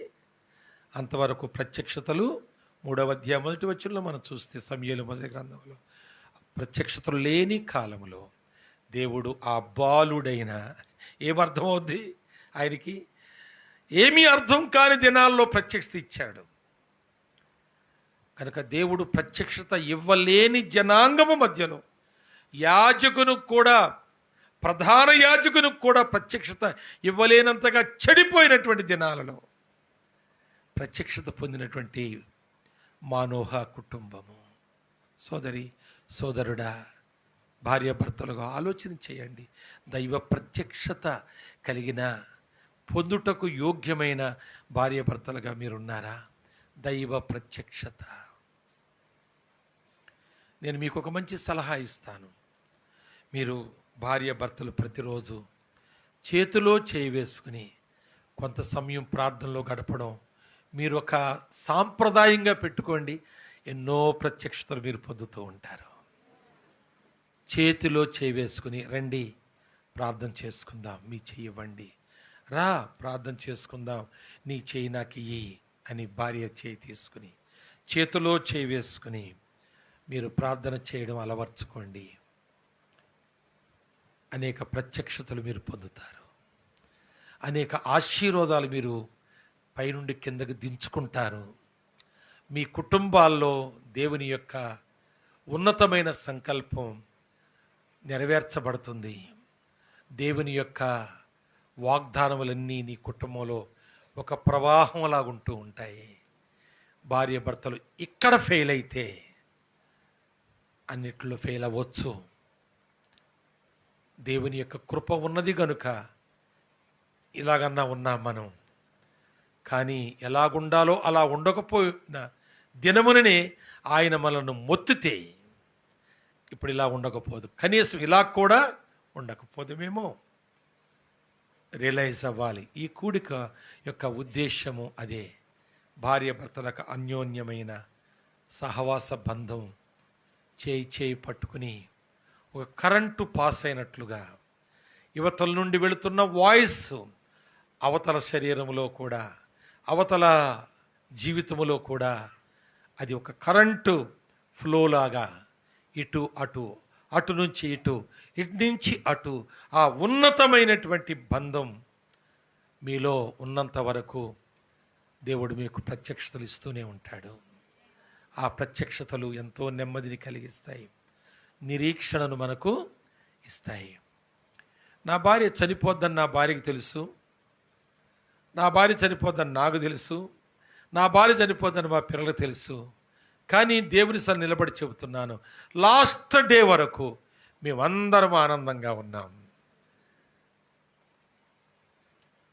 నీకు ఇష్టమైన పాట ఏంటో చెప్పు, పాడతాం అని అడిగితే నేను పాట తీశాను.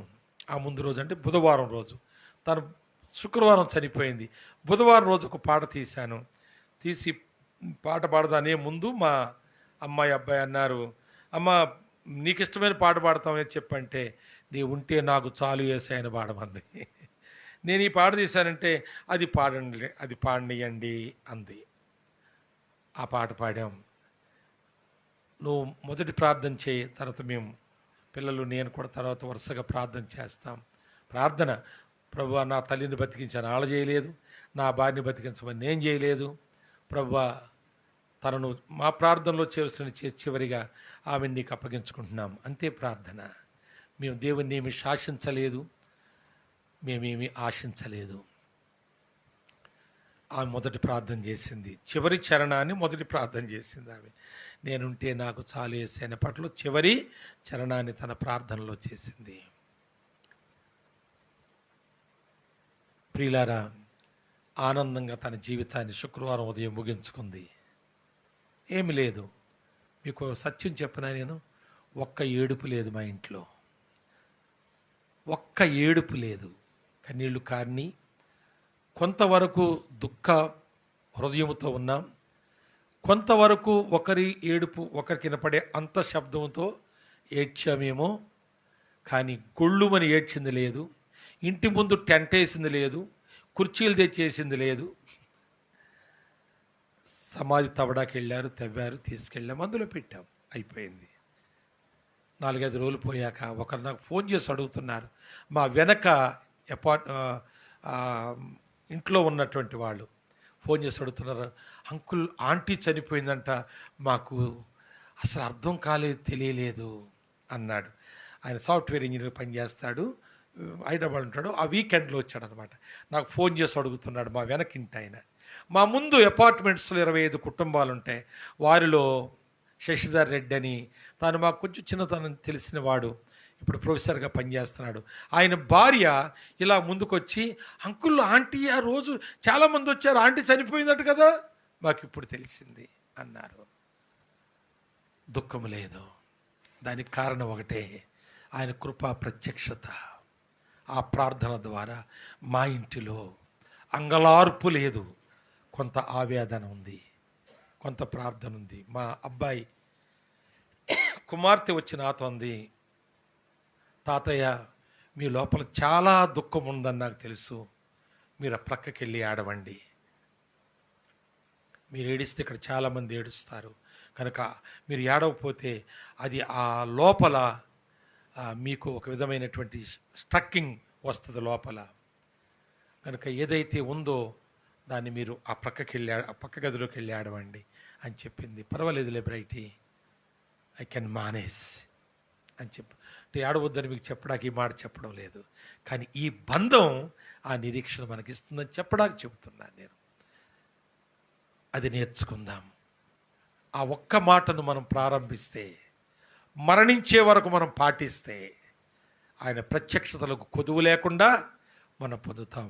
మరణ భయము కానీ, మరణ వేదన కానీ, అంగలార్పు కానీ మన జీవితంలో ఉండదు.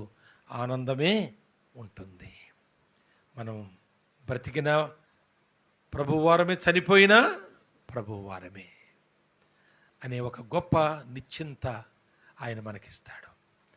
కనుక దేవుని ప్రత్యక్షత లేని కాలములో, యాజకులకు కూడా ప్రత్యక్షత లేని కాలములో, ఒక సర్వసాధారణమైన విశ్వాసుల బంధములో అది కనబడ్డ కారణం ఏంటంటే, వారు నిస్వార్థపరులైన విశ్వాసులై ఉన్నారు. ప్రభువా, మేమేదో కావాలని భక్తి చేయడం లేదు, నువ్వు మా దేవుడివై ఉండడం మా ధన్యత. యెహోవా తమ దేవుడుగా కలిగిన జనులు ధన్యులు. That's all. అందుకే మేము నిన్ను సేవిస్తున్నాం. ఇశ్రాయేలు అందరూ అలాగుంటే మాకు అనవసరం. ఆ సంగతులు మేము పట్టించుకో, ఎవరిని విమర్శించము, ఎవరిని చూసి మేము బలహీనపడము. మాకేమి ఉన్నా లేకపోయినా పర్వాలేదు, నీ యందు మేము భయభక్తులు కలిగి జీవిస్తాం. ఇప్పుడు పిల్లోడిని ఇస్తానని నువ్వు అంటే మేము వింటున్నాం, కానీ మేము మాత్రం అనుకోలేదని నీకు తెలుసు ప్రభువా. చాలామంది మనల్ని భ్రమ పెట్టే మాటలు వాక్యాల్లో చూపిస్తున్నారండి. గర్భఫలము యెహోవా ఇచ్చు బహుమానం, అది నిజమే. కానీ హన్నాకి ఇచ్చిన గర్భఫలము హజరేలుపోనుకు ఇచ్చిన గర్భఫలమే. కానీ ఎవరో ఒక అక్రమ సంబంధంతో గర్భం వస్తే అది యెహోవా ఇచ్చిన గర్భఫలం అంటే వాళ్ళకు కూడా మీటింగ్ పెట్టేస్తున్నాం మనం, వాళ్ళకు కూడా ఏదో చేసేస్తున్నాం మనం, కృతజ్ఞత కూటాలు పెడుతున్నాం. కొంతమంది అయితే బరి తెగించి వాళ్ళు ఏం చేస్తారు, శ్రీమంతాలు కూడా చేస్తున్నారు. బరి తెగించి అన్య ఆచారములు, గర్భవతి అయితే అన్య ఆచార ప్రకారము శ్రీమంతాలు చేస్తారు. అసలు ఆమె గర్భవతి ఎలాగైందో దేవునికి తెలుసు, ఆమెకి తెలుసు అనేవాళ్ళు కొందరు లేకపోయారా? ఉండరా? ఉండరా? ఉండరా? అన్నీ చేశాక పిల్లోడు పుడితే ఆ పిల్లోడు ఆళ్ళలాగా ఉన్నాడట. భర్తకు అర్థమైపోయింది. పెద్ద పంచాయతీ పెట్టారు. తేలిపోయింది, అవును ఆడే. శ్రీమంతం చేశారు, పండగ చేశారు, ఎంతో సంబరపడ్డారు, కొన్ని వేలు ఖర్చు పెట్టి కానుపు చేయించారు. ఏమైందో సర్జరీనో అదో ఇదో పాడో ఏమైందో, మొత్తానికి ఆడు పుట్టినోడు ఈ తండ్రి రావడానికి కొద్ది కాలం పడిలో పురుడు కూడా అయిపోయింది. వాళ్ళకి పురుడు తినాలి, 1, 2, 3 లెక్కలు పెట్టి చేస్తారు కదా, పనికి మాలినటువంటి ఆచారాలు ఇంకా వదులుకోలేదు. ఆ పురుడు 5వ దినాన్ని 7వ దినాన్ని పనికి మాలిన ఆచారం ఇవన్నీ అయిపోయి వాడు ఆగమేఘాల మీద వచ్చేసాడు దుబాయ్ నుంచి. కానీ జరిగింది ఇది.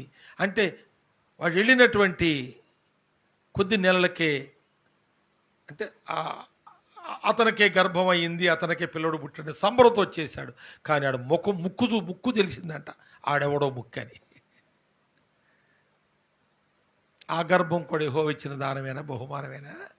కాదు సుమా.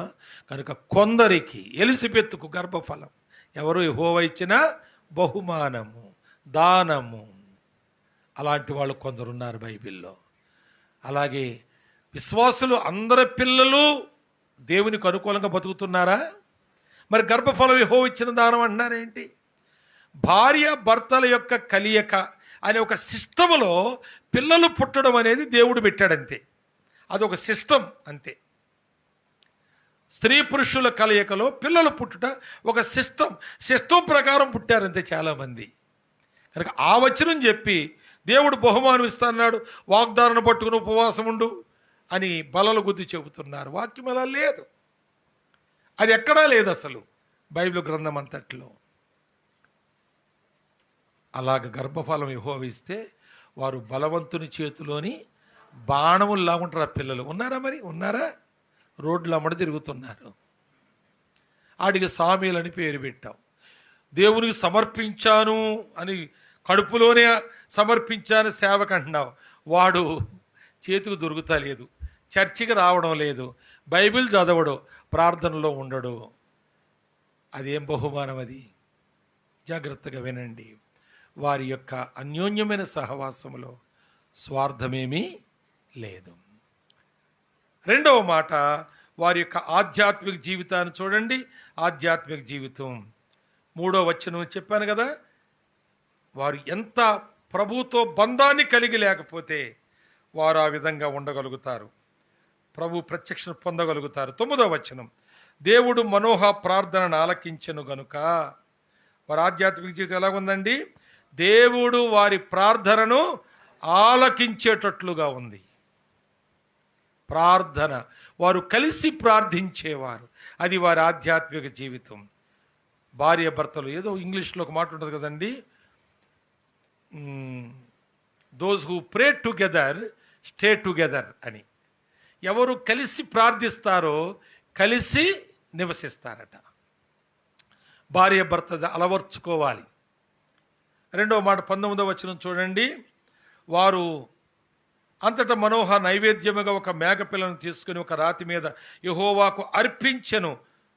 మనోహాయు అతని భార్యయు దేవునికి కలిసి ప్రార్థించేవారు, కలిసి ఆరాధించేవారు.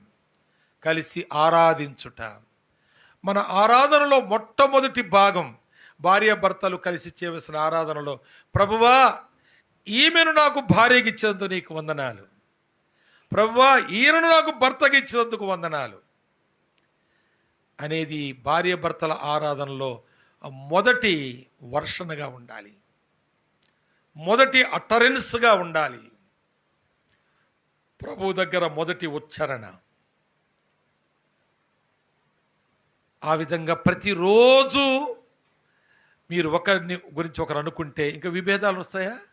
ప్రభువా ఈ భర్తను నాకు ఇచ్చినందుకు నీకు వందనాలు, ప్రభువా ఈ భార్య నీ వంతు వచ్చినాడు, ప్రభువా ఈమెను పేరు ఏదో ఆమెను నాకు భార్యగా ఉంచినందుకు వందనాలు, మేమిద్దరం నిన్ను స్తుతిస్తున్నాం ప్రభువా, ఆమెను దా ప్రక్కటెముకగా చేశావు, నువ్వు చూశావు, నా కొరకు ఏర్పరచుకున్నావు, నీకు వందనాలు అని చెప్పగలవా?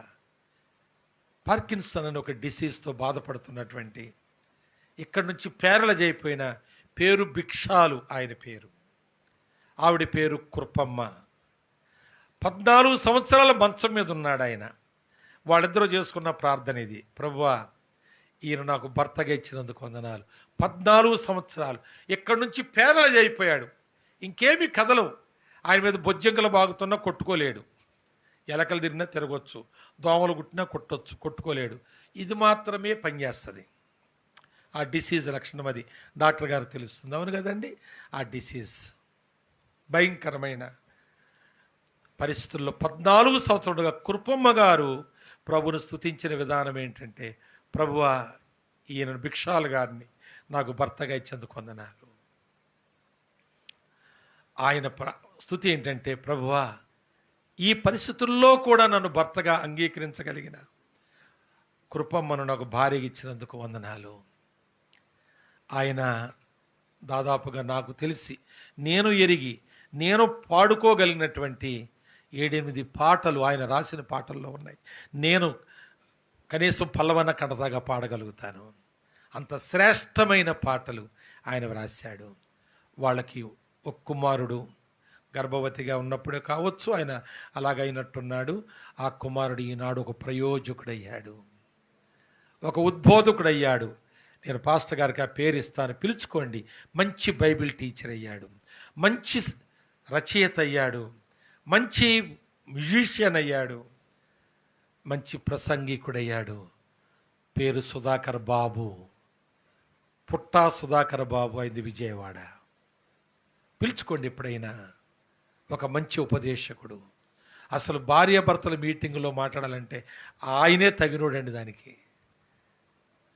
నేను ఏదో కొన్ని అనుభవాలు చెబుతున్నానేమో కానీ ఆయన మనకి A to Z భార్యాభర్తల గురించి. మీరు 3 రోజులు మీటింగ్ పెట్టండి, రోజుకి 2 చొప్పున భార్యాభర్తల గురించి 6 మీటింగుల్లో కూడా ఆయన అనర్గళంగా చక్కని అంశాలు మాట్లాడగలిగినవాడు.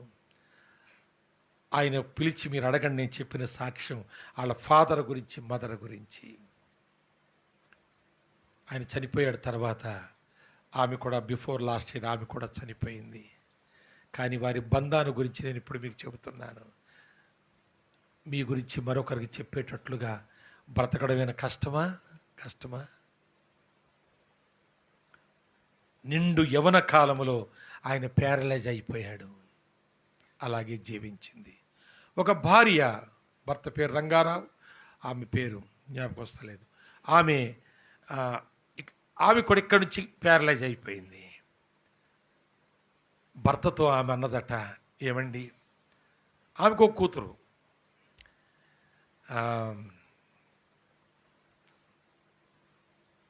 మీరు ఇంకొక పెళ్లి చేసుకోండి, నా బ్రతుకెక్కింతే, నేనేమనుకోను, ఇంకో పెళ్లి చేసుకోండి అంటే రంగారావు గారు అన్నాడట, అదేంటది, ఇంకో పెళ్ళి ఎక్కడుంది మన బైబిల్లో?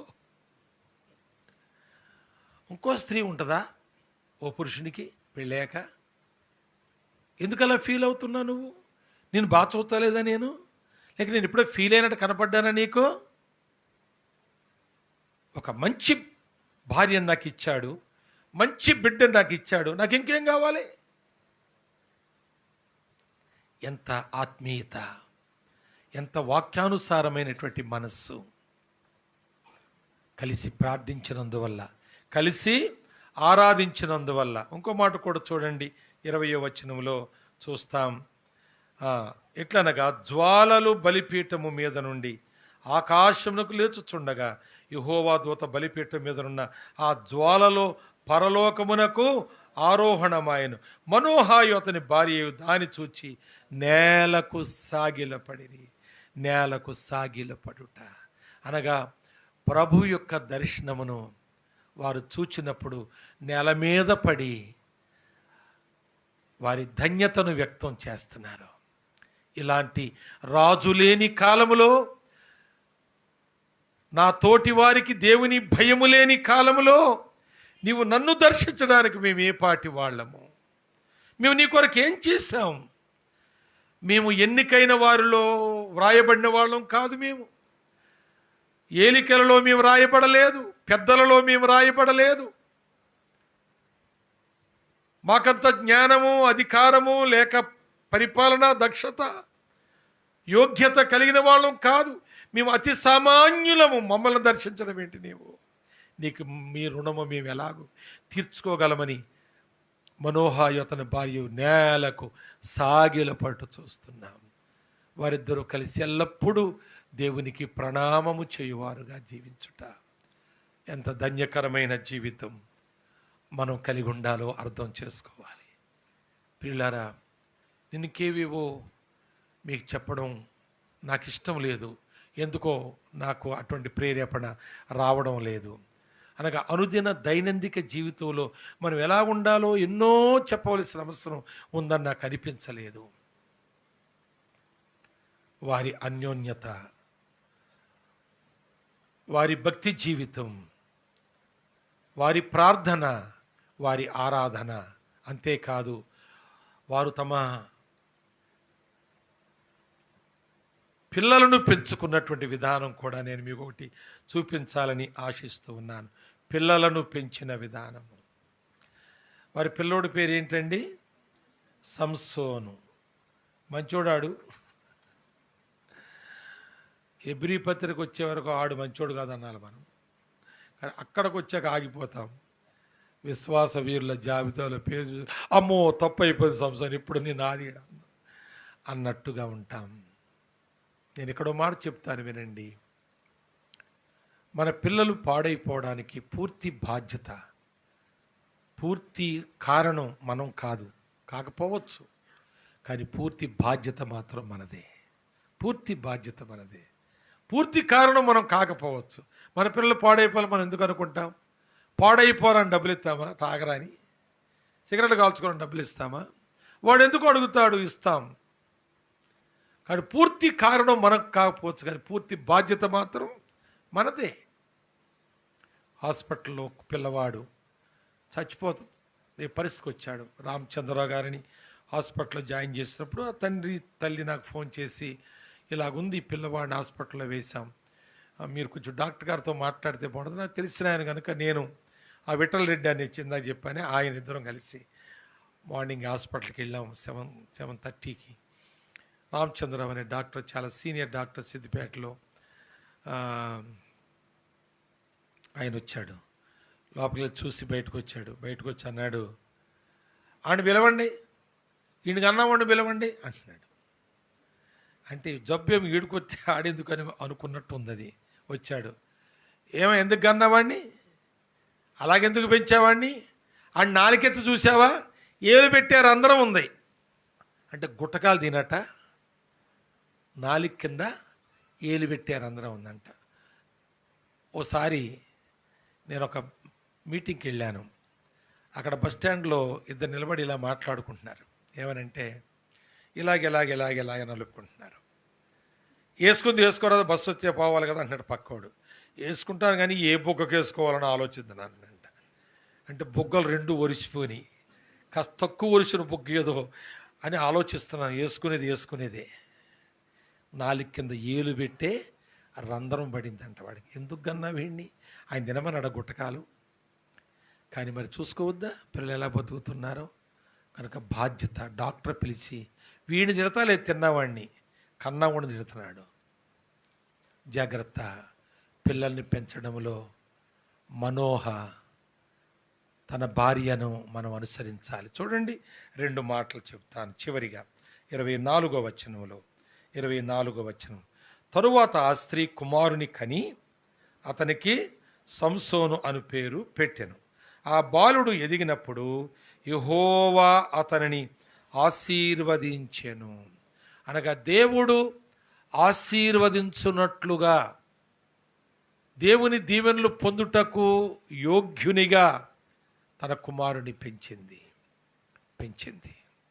ఖచ్చితంగా పెంచింది. చూడండి, ఆ మాటలు మనం ఇక్కడ చూస్తాం. 13వ వచనములో, యెహోవా దూత నేను ఆ స్త్రీతో చెప్పినదంతయు ఆమె చేసుకొనవలెను.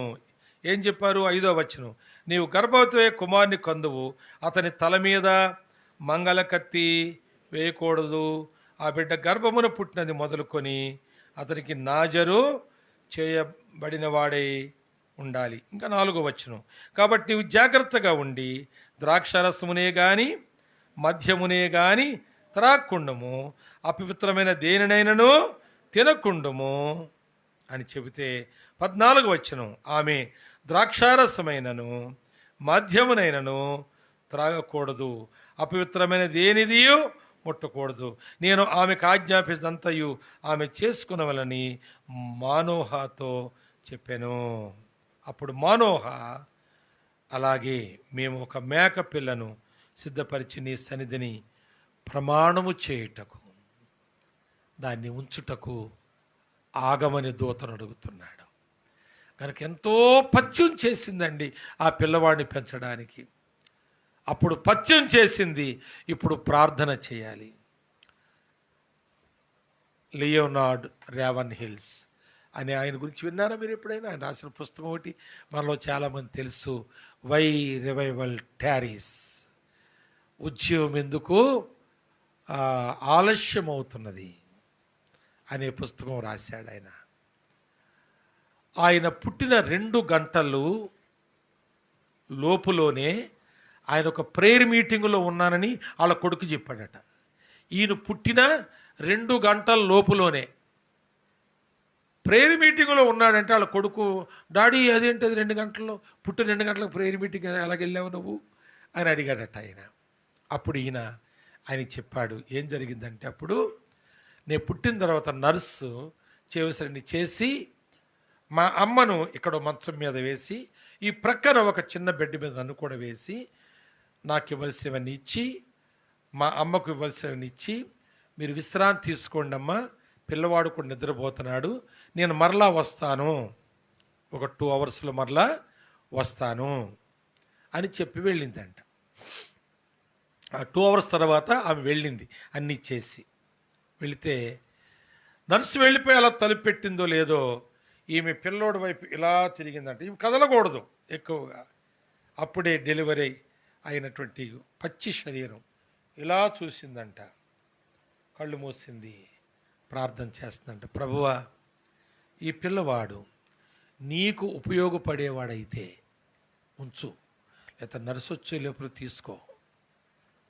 ఈ పిల్లవాడు నీకు ఉపయోగపడేవాడైతే ఉంచు, నీ కొరకు బ్రతికేవాడై ఉండాలి, నీకు మహిమ తెచ్చేవాడై ఉండాలి.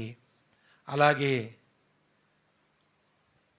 నీ ప్రజలందరికీ పౌలు తిమోతికి చెప్పినట్ల నువ్వు విశ్వాసులకు, అవిశ్వాసులకు మాదిరి కాదు, విశ్వాసులకు మాదిరిగా ఉండు. అలా ఉండేలాగుంటే ఉంచు, లేకపోతే నర్సొచ్చే లోపల వాడిని తీసుకో. అనగా వాడు ప్రాణం ఉండడం నాకేమీ ఆనందం కాదు. ఒక క్రైస్తవ తల్లి మొట్టమొదట పుట్టిన పిల్లవాడి కొరకు ఇలా ప్రార్థన చేయడం సాధ్యమా అంటే, అలాగూ ప్రార్థన చేయుట నీకు సాధ్యమైతే వాడెంత చెడిపోయినా బాగుపడతాడు.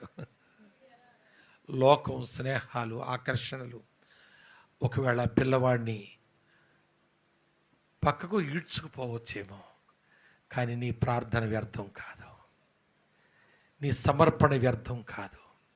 దేవుని దగ్గర నువ్వు చేసిన ఆ మొదటి గంటలోని మనవి వ్యర్థము కాదు.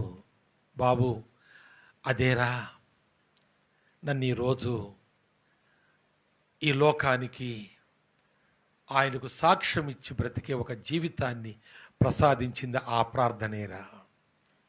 కనుక ఈ హజెల్ వెళ్ళిపోని తన కుమారుణ్ణి ఎలా పెంచిందంట, యెహోవా దీవెనులకు, దేవుడు ఆశీర్వాదమునకు యోగ్యుడుగా, పాత్రుడుగా పెంచింది. పెంచుతున్నారా? అలా పిల్లల్ని పెంచుతున్నారా? పుట్టక పుట్టాడు, ఇక వాడిని ఏమనొద్దు, ఆడేసిందే వేషం, పాడిందే పాట, ఆడు నోటమ్మటేది వస్తుంది చెయ్యాలి, జరిగించాలి. వాడు ఏం చేసినా వెనకేసుకు రావాలి. ఓ దెబ్బ వేయకూడదు, ఓ మాట అనకూడదు అని నీ పిల్లల్ని పెంచితే వాళ్ళ నాశనానికి కారణం నువ్వే అవుతావు. కనుక ఆ లియోనార్డ్ రావెన్హిల్స్ తల్లి ప్రార్థన ఏ విధంగా ఫలించిందో తనకు పుట్టిన కుమారుడికి చెబుతుండగా, ఆ కుమారుడు దాని ఒక వాళ్ళ తండ్రి లెటర్, ఆ పిల్లవాడు ఒక మ్యాగజైన్ వేస్తే ఆ మ్యాగజైన్లో ఫోటో తీసి పంపిస్తే నేను చదివాను, ఆయన రైటింగ్లో చదివాను నేను దాన్ని. ప్రియులారా, ఎలా పెంచాలి మన పిల్లల్ని? ఎలా పెంచాలి? దేవుని ఆశీర్వాదమునకు పాత్రుడుగా పెంచాలి. మా కుమారుడు ఒకసారి ఒక దగ్గర సాక్ష్యం ఇచ్చాడని విన్నాను. అదేం సాక్ష్యం అంటే, మా తల్లిదండ్రులు ప్రతి పూట మాకు భోజనం పెట్టలేకపోయారు, కానీ ఏ పూట కుటుంబ ప్రార్థనలో మేము లేకుండా మమ్మల్ని బయటకు వెళ్ళనివ్వలేదు. మేము పండుకున్నప్పుడు అనేక సార్లు తల వైపున ఒకరు, కాళ్ళు వైపున ఒకరు మా తల్లిదండ్రులుండి మా కొరకు చేసిన ప్రార్థన మా జీవితంలో వ్యర్థం కాలేదు. ఈ రోజున మేమేమై ఉన్నామో అది వారి ప్రార్థన అయి ఉన్నాము, వారి జీవితంలో మాకు చూపించిన మాదిరి అయి ఉన్నామని వారు చెప్పడం తండ్రిగా నాకెంత సంతోషం అండి. అది నేనేదో డబ్బా కొట్టుకోవడానికి చెప్పడం లేదు, కానీ నా సంతోషాన్ని వ్యక్తం చేసుకోవడానికి చెబుతున్నాను. నీ పిల్లలు అలాంటి సాక్ష్యం నీ కొరకు ఇవ్వకపోతే నువ్వు ఎలాంటి తండ్రివి, ఎలాంటి తల్లివి? ఒక గొర్రె బర్రె కన్నట్టుగా మన పిల్లల్ని కన్నామా? లెక్క లేకుండా పెంచుతున్నామా? గారాబాలు ఎక్కువైనయ్యా? వారిని విచ్చలవిడిగా వదిలేస్తున్నామా? అమ్మాయి పెద్దదవుతుంది, మా అన్నయ్య గారు అబ్బాయికి ఇస్తానంటది ఈమె, హే మా అక్కగారు కొడుకున్నాడు అంటాడు ఆయన. ఈ పోరాటం, వీళ్ళిద్దరూ పోరాడుకున్న వాళ్ళు ఎక్కడో పోరాడుకోక ఏదో రాత్రి వాళ్ళ గదిలో ఈ బిడ్డకు చెప్తారు, ఇదిగో అమ్మ మీ అమ్మ చెప్పిన మాట వెనకో, ఇదిగో వాళ్ళ కుటుంబంలో పడి నేను ఎలాగైపోయినా చూసావా, మళ్ళా వాళ్ళ అన్నయ్య గారు కొడుకు అంట, అస్సలు ఒప్పుకోకు అంటాడు. ఏమంటది, మీ నాన్న చేసుకుని ఏం సుఖపడ్డానమ్మ నేను, అటువైపుకి వెళ్ళకు నువ్వు, మా అన్నయ్య కొడుకున్నాడు కాబట్టి ఒప్పుకోకు అని ఏమంటది. వీళ్ళిద్దరు ఇలా చెబుతూ ఉండగా ఆడ ఇంకోటి తీసుకుపోద్ది మధ్యలో, ఇద్దరూ ఫెయిల్ అయిపోతారు. ఉన్నారు కథలు, అడ్రస్లు ఇస్తాను. ఆ తల్లిదండ్రులు ఎలాగ ఏడుస్తున్నారో చూడండి. వాళ్ళకి నేను చెప్పాను జాగ్రత్త, ఆ పిల్ల పేరు సలోమి. వాళ్ళకి చెప్పాను, మీరు ఇలాంటి మాటలు మాట్లాడొద్దు, ప్రభు బిడ్డలు మీరు, ఆయన ఏర్పాటు చొప్పున జరుగుద్ది అంటే వినలేదు. అదే పోరాటం. ఆమె ఇంకొక రకంగా వెళ్ళిపోయింది. అంటే ఒక్కో రకంగా తన ఇష్టం వచ్చినట్టు చేసుకుంది. ఆడేదో అంతకుముందే ఒక అమ్మాయి పుట్టిందంట ఆడికి ఇంకొక రకంగా. ఆ సంగతి తెలిసి నిద్ర మాత్రలు మింగిలేసింది ఏమి. మొత్తానికి ఎలాగో కొన్ని వేలు ఖర్చు పెట్టి బతికించుకున్నారు. మొత్తానికి ఒప్పించి కాపురన పంపించారు. పిల్లోడు పుట్టాడు. తర్వాత తెలియంది వాడికి ఎయిడ్స్ అట. అది ఈమె కట్టుకుందంట, పుట్టినోడికి ఉందంట, పిల్లోడుకో. ఏం బ్రతుకులండి ఇవి, ఏం బ్రతుకులు. అది అలా పోగా ఈ పిల్ల తల్లిదండ్రుల మీద కోపం పెట్టుకుంది. నా బ్రతుకును పాడు చేశారు.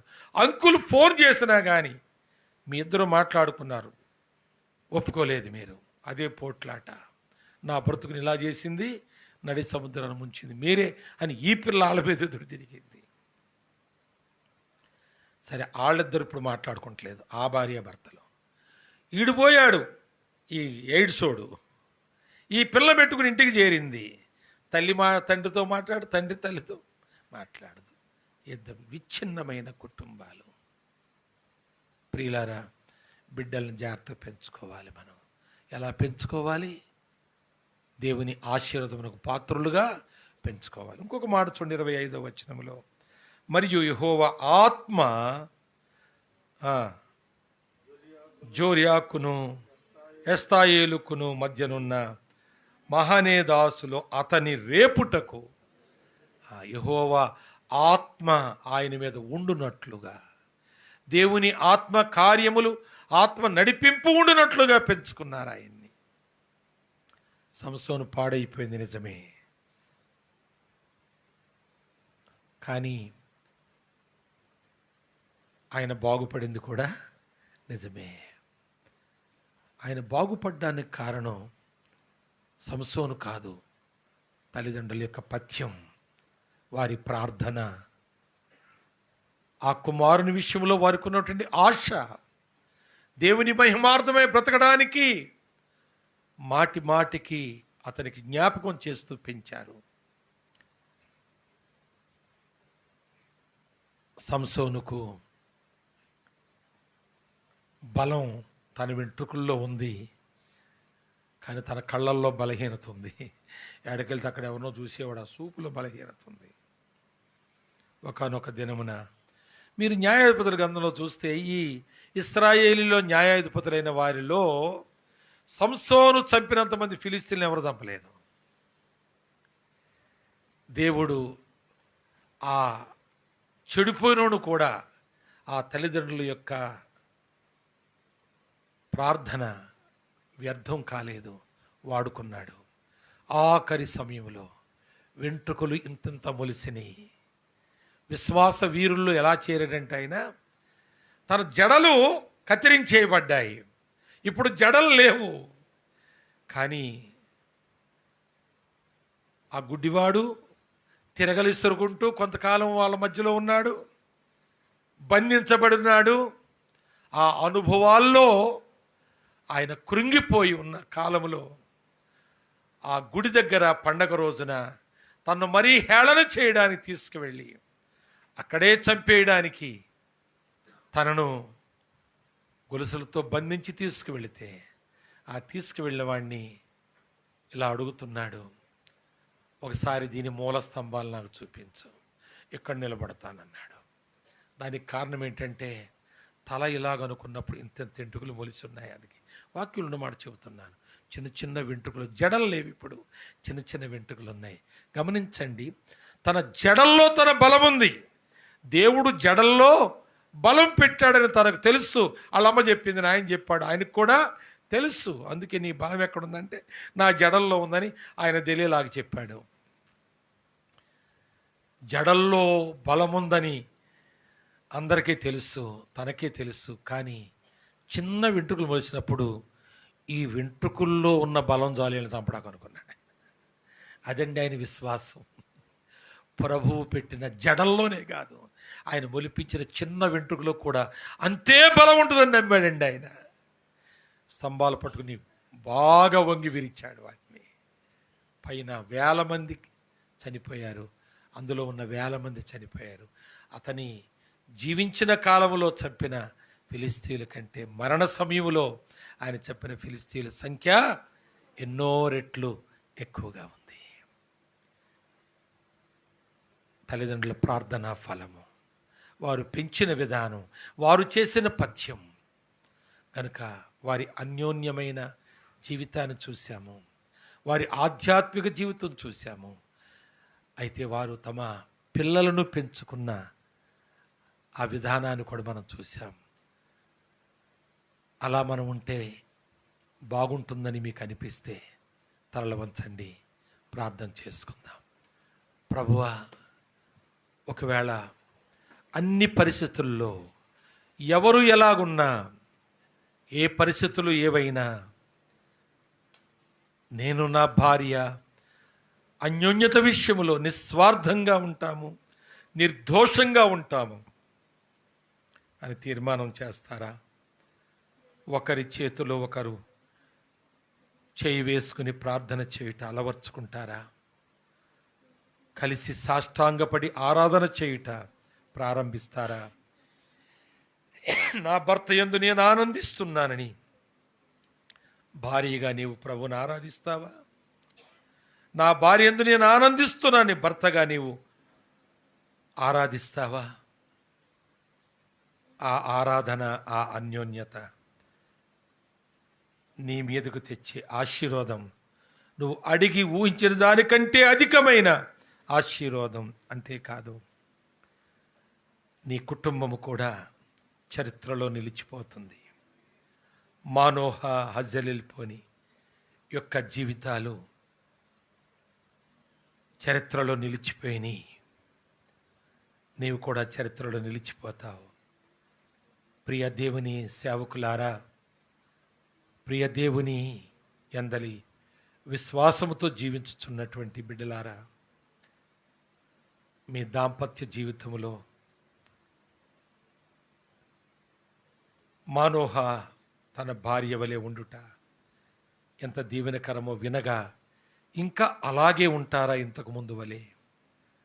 ఇప్పటి నుండి మీ జీవితంలో ఒక పెనుమార్పు రావాలని దేవుడు కోరుతూ ఉన్నాడు. దేవుని యొక్క కృప ఆశీస్సులు ఈ వాక్యము ద్వారానే మీరు పొందగలరు. మరో మార్గం ఏదీ లేదు. దీనిని అంగీకరించి అనుసరించడం ద్వారానే పొందగలరు. మరొక విధానం ఏది లేదు. ఈ మారుమూల గ్రామానికి ఎంతో దూర భారముతో, కష్టముతో ఈ ఇరుకులోకి వచ్చాం. వట్టిగా వెళ్ళిపోదామా? ఏ ఆశీర్వాదము లేకుండా వెళ్ళిపోదామా? అట్టి ఆశీర్వాదములు నీకు నాకు అనుగ్రహించడానికే దేవుడు మనల్ని ఇక్కడ తోడుకొని వచ్చాడు. మరెందుకు కాదు. మన జీవితం, దాంపత్య జీవితం ఇక మీదట ఇంతకుముందు వలే కాక మరో విధముగా, ఒక సాక్షార్థముగా, చారిత్రాత్మకంగా ఉండునట్లుగా దేవుని ఆశ ఆయన మాటల్లో వ్యక్తం చేశాడు. ఆ ఆశ నీ హృదయంలో నువ్వు వ్యక్తం చేస్తే, ఆ రెండు ఏకమైతే నీ జీవితం ఎంతో అన్యోన్యంగా మార్చబడుతుంది. వాక్యం విన్నావు కదా, ఇక అలా ఉండు అని నువ్వు నీ భార్యను అనడానికి కాదు. వాక్యం విన్నావు, ఇప్పుడైనా నువ్వు మార్చుకుంటావా అని భార్యగా నీ భర్తను అనడానికి కాదు. ఇద్దరూ కలిసి, అవును నాకు సందేశం ఉంది అని నీవంటే, నాకు సందేశం ఉందని మరొకరంటే, ఇద్దరూ కలిసి అన్యోన్యముగా జీవించుట ఆరంభించడం ఆశీర్వాదకరం. ప్రార్థన చేయండి, ప్రార్థన చేయండి. భార్యలు, నేను మీకు మనవి చేస్తున్నాను, మీరు గొంతెత్తి ఇలా ప్రార్థన చేయండి. ప్రభువా, ఆయనను, ఆయన పేరు చెప్పండి. ఎవరి భార్య భర్త పేరు చెప్పి, ఆయన నాకు భర్తగా ఇచ్చినందుకు వందనాలు అని చెప్పండి. ఎవరి భర్త పేరు వాళ్ళు చెప్పి బిగ్గరగా చెప్పండి, బిగ్గరగా చెప్పండి. నీ భర్త పేరు చెప్పి ప్రభును స్తుతించు. నీ భర్త పేరు చెప్పు, ప్రభును స్తుతించు. పురుషులారా, నీ భార్య పేరు చెప్పు, ప్రభును స్తుతించు. ఆమె నాకు భార్యగా ఇచ్చినందుకు వందనాలని చెప్పు, వందనాలని చెప్పు. నీ భార్య పేరు చెప్పు. మీ కుటుంబం ఓ వినూతనమైన అనుబంధముతో ఆశ్రయించబడుతుంది, వర్ధిల్లుతుంది. అలాగే ప్రార్థన చేయండి, అలాగే ప్రార్థన చేయండి. దైవజనులు ప్రార్థన, కానీ మీ ప్రార్థన మీకు ఒక ప్రారంభముగా ఉండాలి.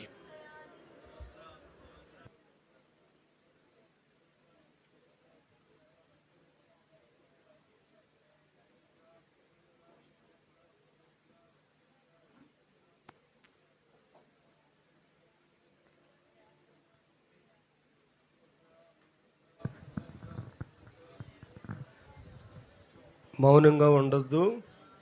ప్రభు సన్నిధిలో పరిశుద్ధాత్మ దేవుడు మనతో మాట్లాడిన ప్రతి మాటను బట్టి ప్రభువుని గణపరుస్తూ స్తుతించుదాం. ఎన్నోసార్లు నీ భార్యను చూసి ఈమెను అనవసరంగా చేసుకున్నానని అనుకున్నాం. ఎన్నోసార్లు భర్తను చూసి ఇతను అనవసరంగా చేసుకున్నాను అనుకున్నావు. కానీ దేవుడిచ్చిన భార్య అని, దేవుడిచ్చిన భర్త అని మనం కొన్నిసార్లు గుర్తించక అవివేకంతో మనం దేవుని దూషించామేమో, అలాగే మన పెద్దలను కూడా దూషించామేమో. కానీ ఈరోజు దేవుని యొక్క వాక్యంలో నుంచి దేవుడు మనతో మాట్లాడాడు. మానోహ కుటుంబాన్ని మన ముందు చూపించాడు. మరి పిల్లలు లేరని మరి ఆ లేవి కుటుంబం ఎవరినో చేసుకోవటం కాదు, ఆ లేవీయుడు. అలాగే గిలాదు వేరే వేసిని చేసుకోవటం కాదు, అలా పిల్లల గంటం కాదు. మరి పిల్లల కోసమే మనం పెళ్ళిళ్ళు చేసుకోలేదు, దేవుని చిత్తంలో మనం పెళ్ళిళ్ళు చేసుకున్నాం. దేవుని చిత్తంలో చేసుకున్నటువంటి పెళ్ళిలో ఇలాంటి నిందలకు, ఇలాంటి వాటికి తావివ్వకోకుండా ఆ మానోహ భార్య ఎలాగ కలిసి ప్రార్థన చేశారో, వారు ఎలాగ కలిసి ఆరాధన చేశారో, వారు పిల్లల్ని దేవుని ఆశీర్వాదం కోసం ఎలా పెంచారో ఈరోజు మనతో స్పష్టంగా మాట్లాడటం జరిగింది. ఇక మౌనంగా వండుకోకుండా అందరూ ఒక్క నిమిషం ప్రార్థన చేయండి. ప్రభువా, నిజమే మేము ఆ దంపతుల్లాగా లేము. ఆ దినాల్లో రాజు లేడు, దేవుని భయము లేనటువంటి ప్రజల మధ్యలో మానోహ కుటుంబం అంత ఆ విధంగా ఉంటే ఈరోజు దేవుడు ఉన్నాడని నమ్మి నీ మందిరానికి వస్తూ ఉన్నాం. మాకు ఒక దైవ సేవకుడు ఉన్నాడని చెప్పుకుంటూ ఉన్నాం. కానీ ఈరోజు మా పరిస్థితి నాయనా నీవు చెప్పినట్లుగా బ్రతకలేకపోతూ ఉన్నాం. మానోహ కుటుంబంలాగా మా కుటుంబం లేదు నాయనా, మాకు అర్థమైంది ఈరోజు. కానీ ఆ కుటుంబంలాగా ఉండాలనుకుంటూ ఉన్నాం. ప్రభువా, మేము మా పిల్లల్ని ఎలా పెంచుతున్నామో నాయన ఈరోజు మీరు మాతో మాట్లాడారు. చాలాసార్లు పిల్లలు పెంచడం అంటే వాళ్ళు అడిగింది ఇవ్వటం అనుకున్నాం, వాళ్ళ యొక్క అవసరాలు తీర్చడం అనుకున్నాం. కానీ అడిగింది ఇవ్వటం, అవసరాలు తీర్చటం కాదు.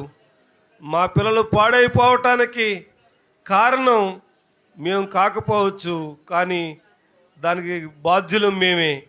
నాయన ఈరోజు మాకు అర్థమైంది. కానీ ఈరోజు మానోహ కుటుంబంలాగా మేము ఉండాలనుకుంటున్నాం ప్రభు అని ఎవరు మట్టికి వారు వ్యక్తిగతంగా ప్రార్థన చేయండి. దైవ సేవకులు మరి ఈ భర్తనిచ్చినందుకు వందనాలు ప్రభు అని నీ భర్త పేరు చెప్పి ప్రార్థన చేయమని చెప్పారు. ఈ భార్యనిచ్చినందుకు వందనాలు ప్రభు అని ఆ భార్య పేరు చెప్పి ప్రార్థన చేయమని చెప్పారు. అలాగే ఈ పిల్లల్ని ఇచ్చినందుకు వందనాలు ప్రభు అని ఆ పిల్లలను బట్టి కూడా మీరు ప్రార్థన చేస్తూ వారిని కూడా ప్రభువుకి అప్పగించుదాం. మన కుటుంబాన్ని మనం నడిపించలేం, కానీ దేవునికి అప్పగించుదాం. దేవుడు ఖచ్చితంగా ఆ విధంగా నడిపించగలడు. కలిసి మనం ప్రార్థన చేద్దాం, కలిసి దేవుణ్ణి ఆరాధన చేద్దాం, మరి కలిసి దేవుణ్ణి నమస్కారం చేద్దాం. ఆ విధంగా ప్రార్థనలో ఏకీవించండి. మన మధ్యలో ఉన్న దైవ సేవకులు కుటుంబరావు గారు వచ్చి మన ప్రార్థనలో నడిపిస్తారు. అందరూ అలాగ ప్రార్థనలు ఏకీవించండి, మౌనంగా ఉండొద్దు. నిజమే, చాలా లోపల గ్రామమైన మీరు ఎంతో ప్రయాసతో ఈ స్థలానికి వచ్చారు. ఏదో ఒక ఆశీర్వాదంతో మనం ఈ స్థలాన్ని విడిచిపెట్టి వెళ్ళాలి. ఏదో ఆకతాయితరంగా ఈ స్థలానికి వచ్చిన వాళ్ళం కాదు, ఎంతో ఆసక్తితో ఈ స్థలానికి వచ్చారు మీరు. ఎంతోమందికి ఇక్కడ మీటింగ్ జరుగుతుందని తెలిసినా కానీ మీరు మాత్రమే రావటానికి గల కారణం ఏంటి అంటే వాక్యానికి మీరు ఇచ్చిన విలువ, దాన్ని బట్టి అర్థమవుతుంది. కాబట్టి ఈ పరిశుద్ధాత్మ దేవుడు మనతో మాట్లాడిన ప్రతి మాట ప్రకారంగా జీవించినట్లుగా మీరు వ్యక్తిగతంగా ప్రార్థన చేసుకోండి.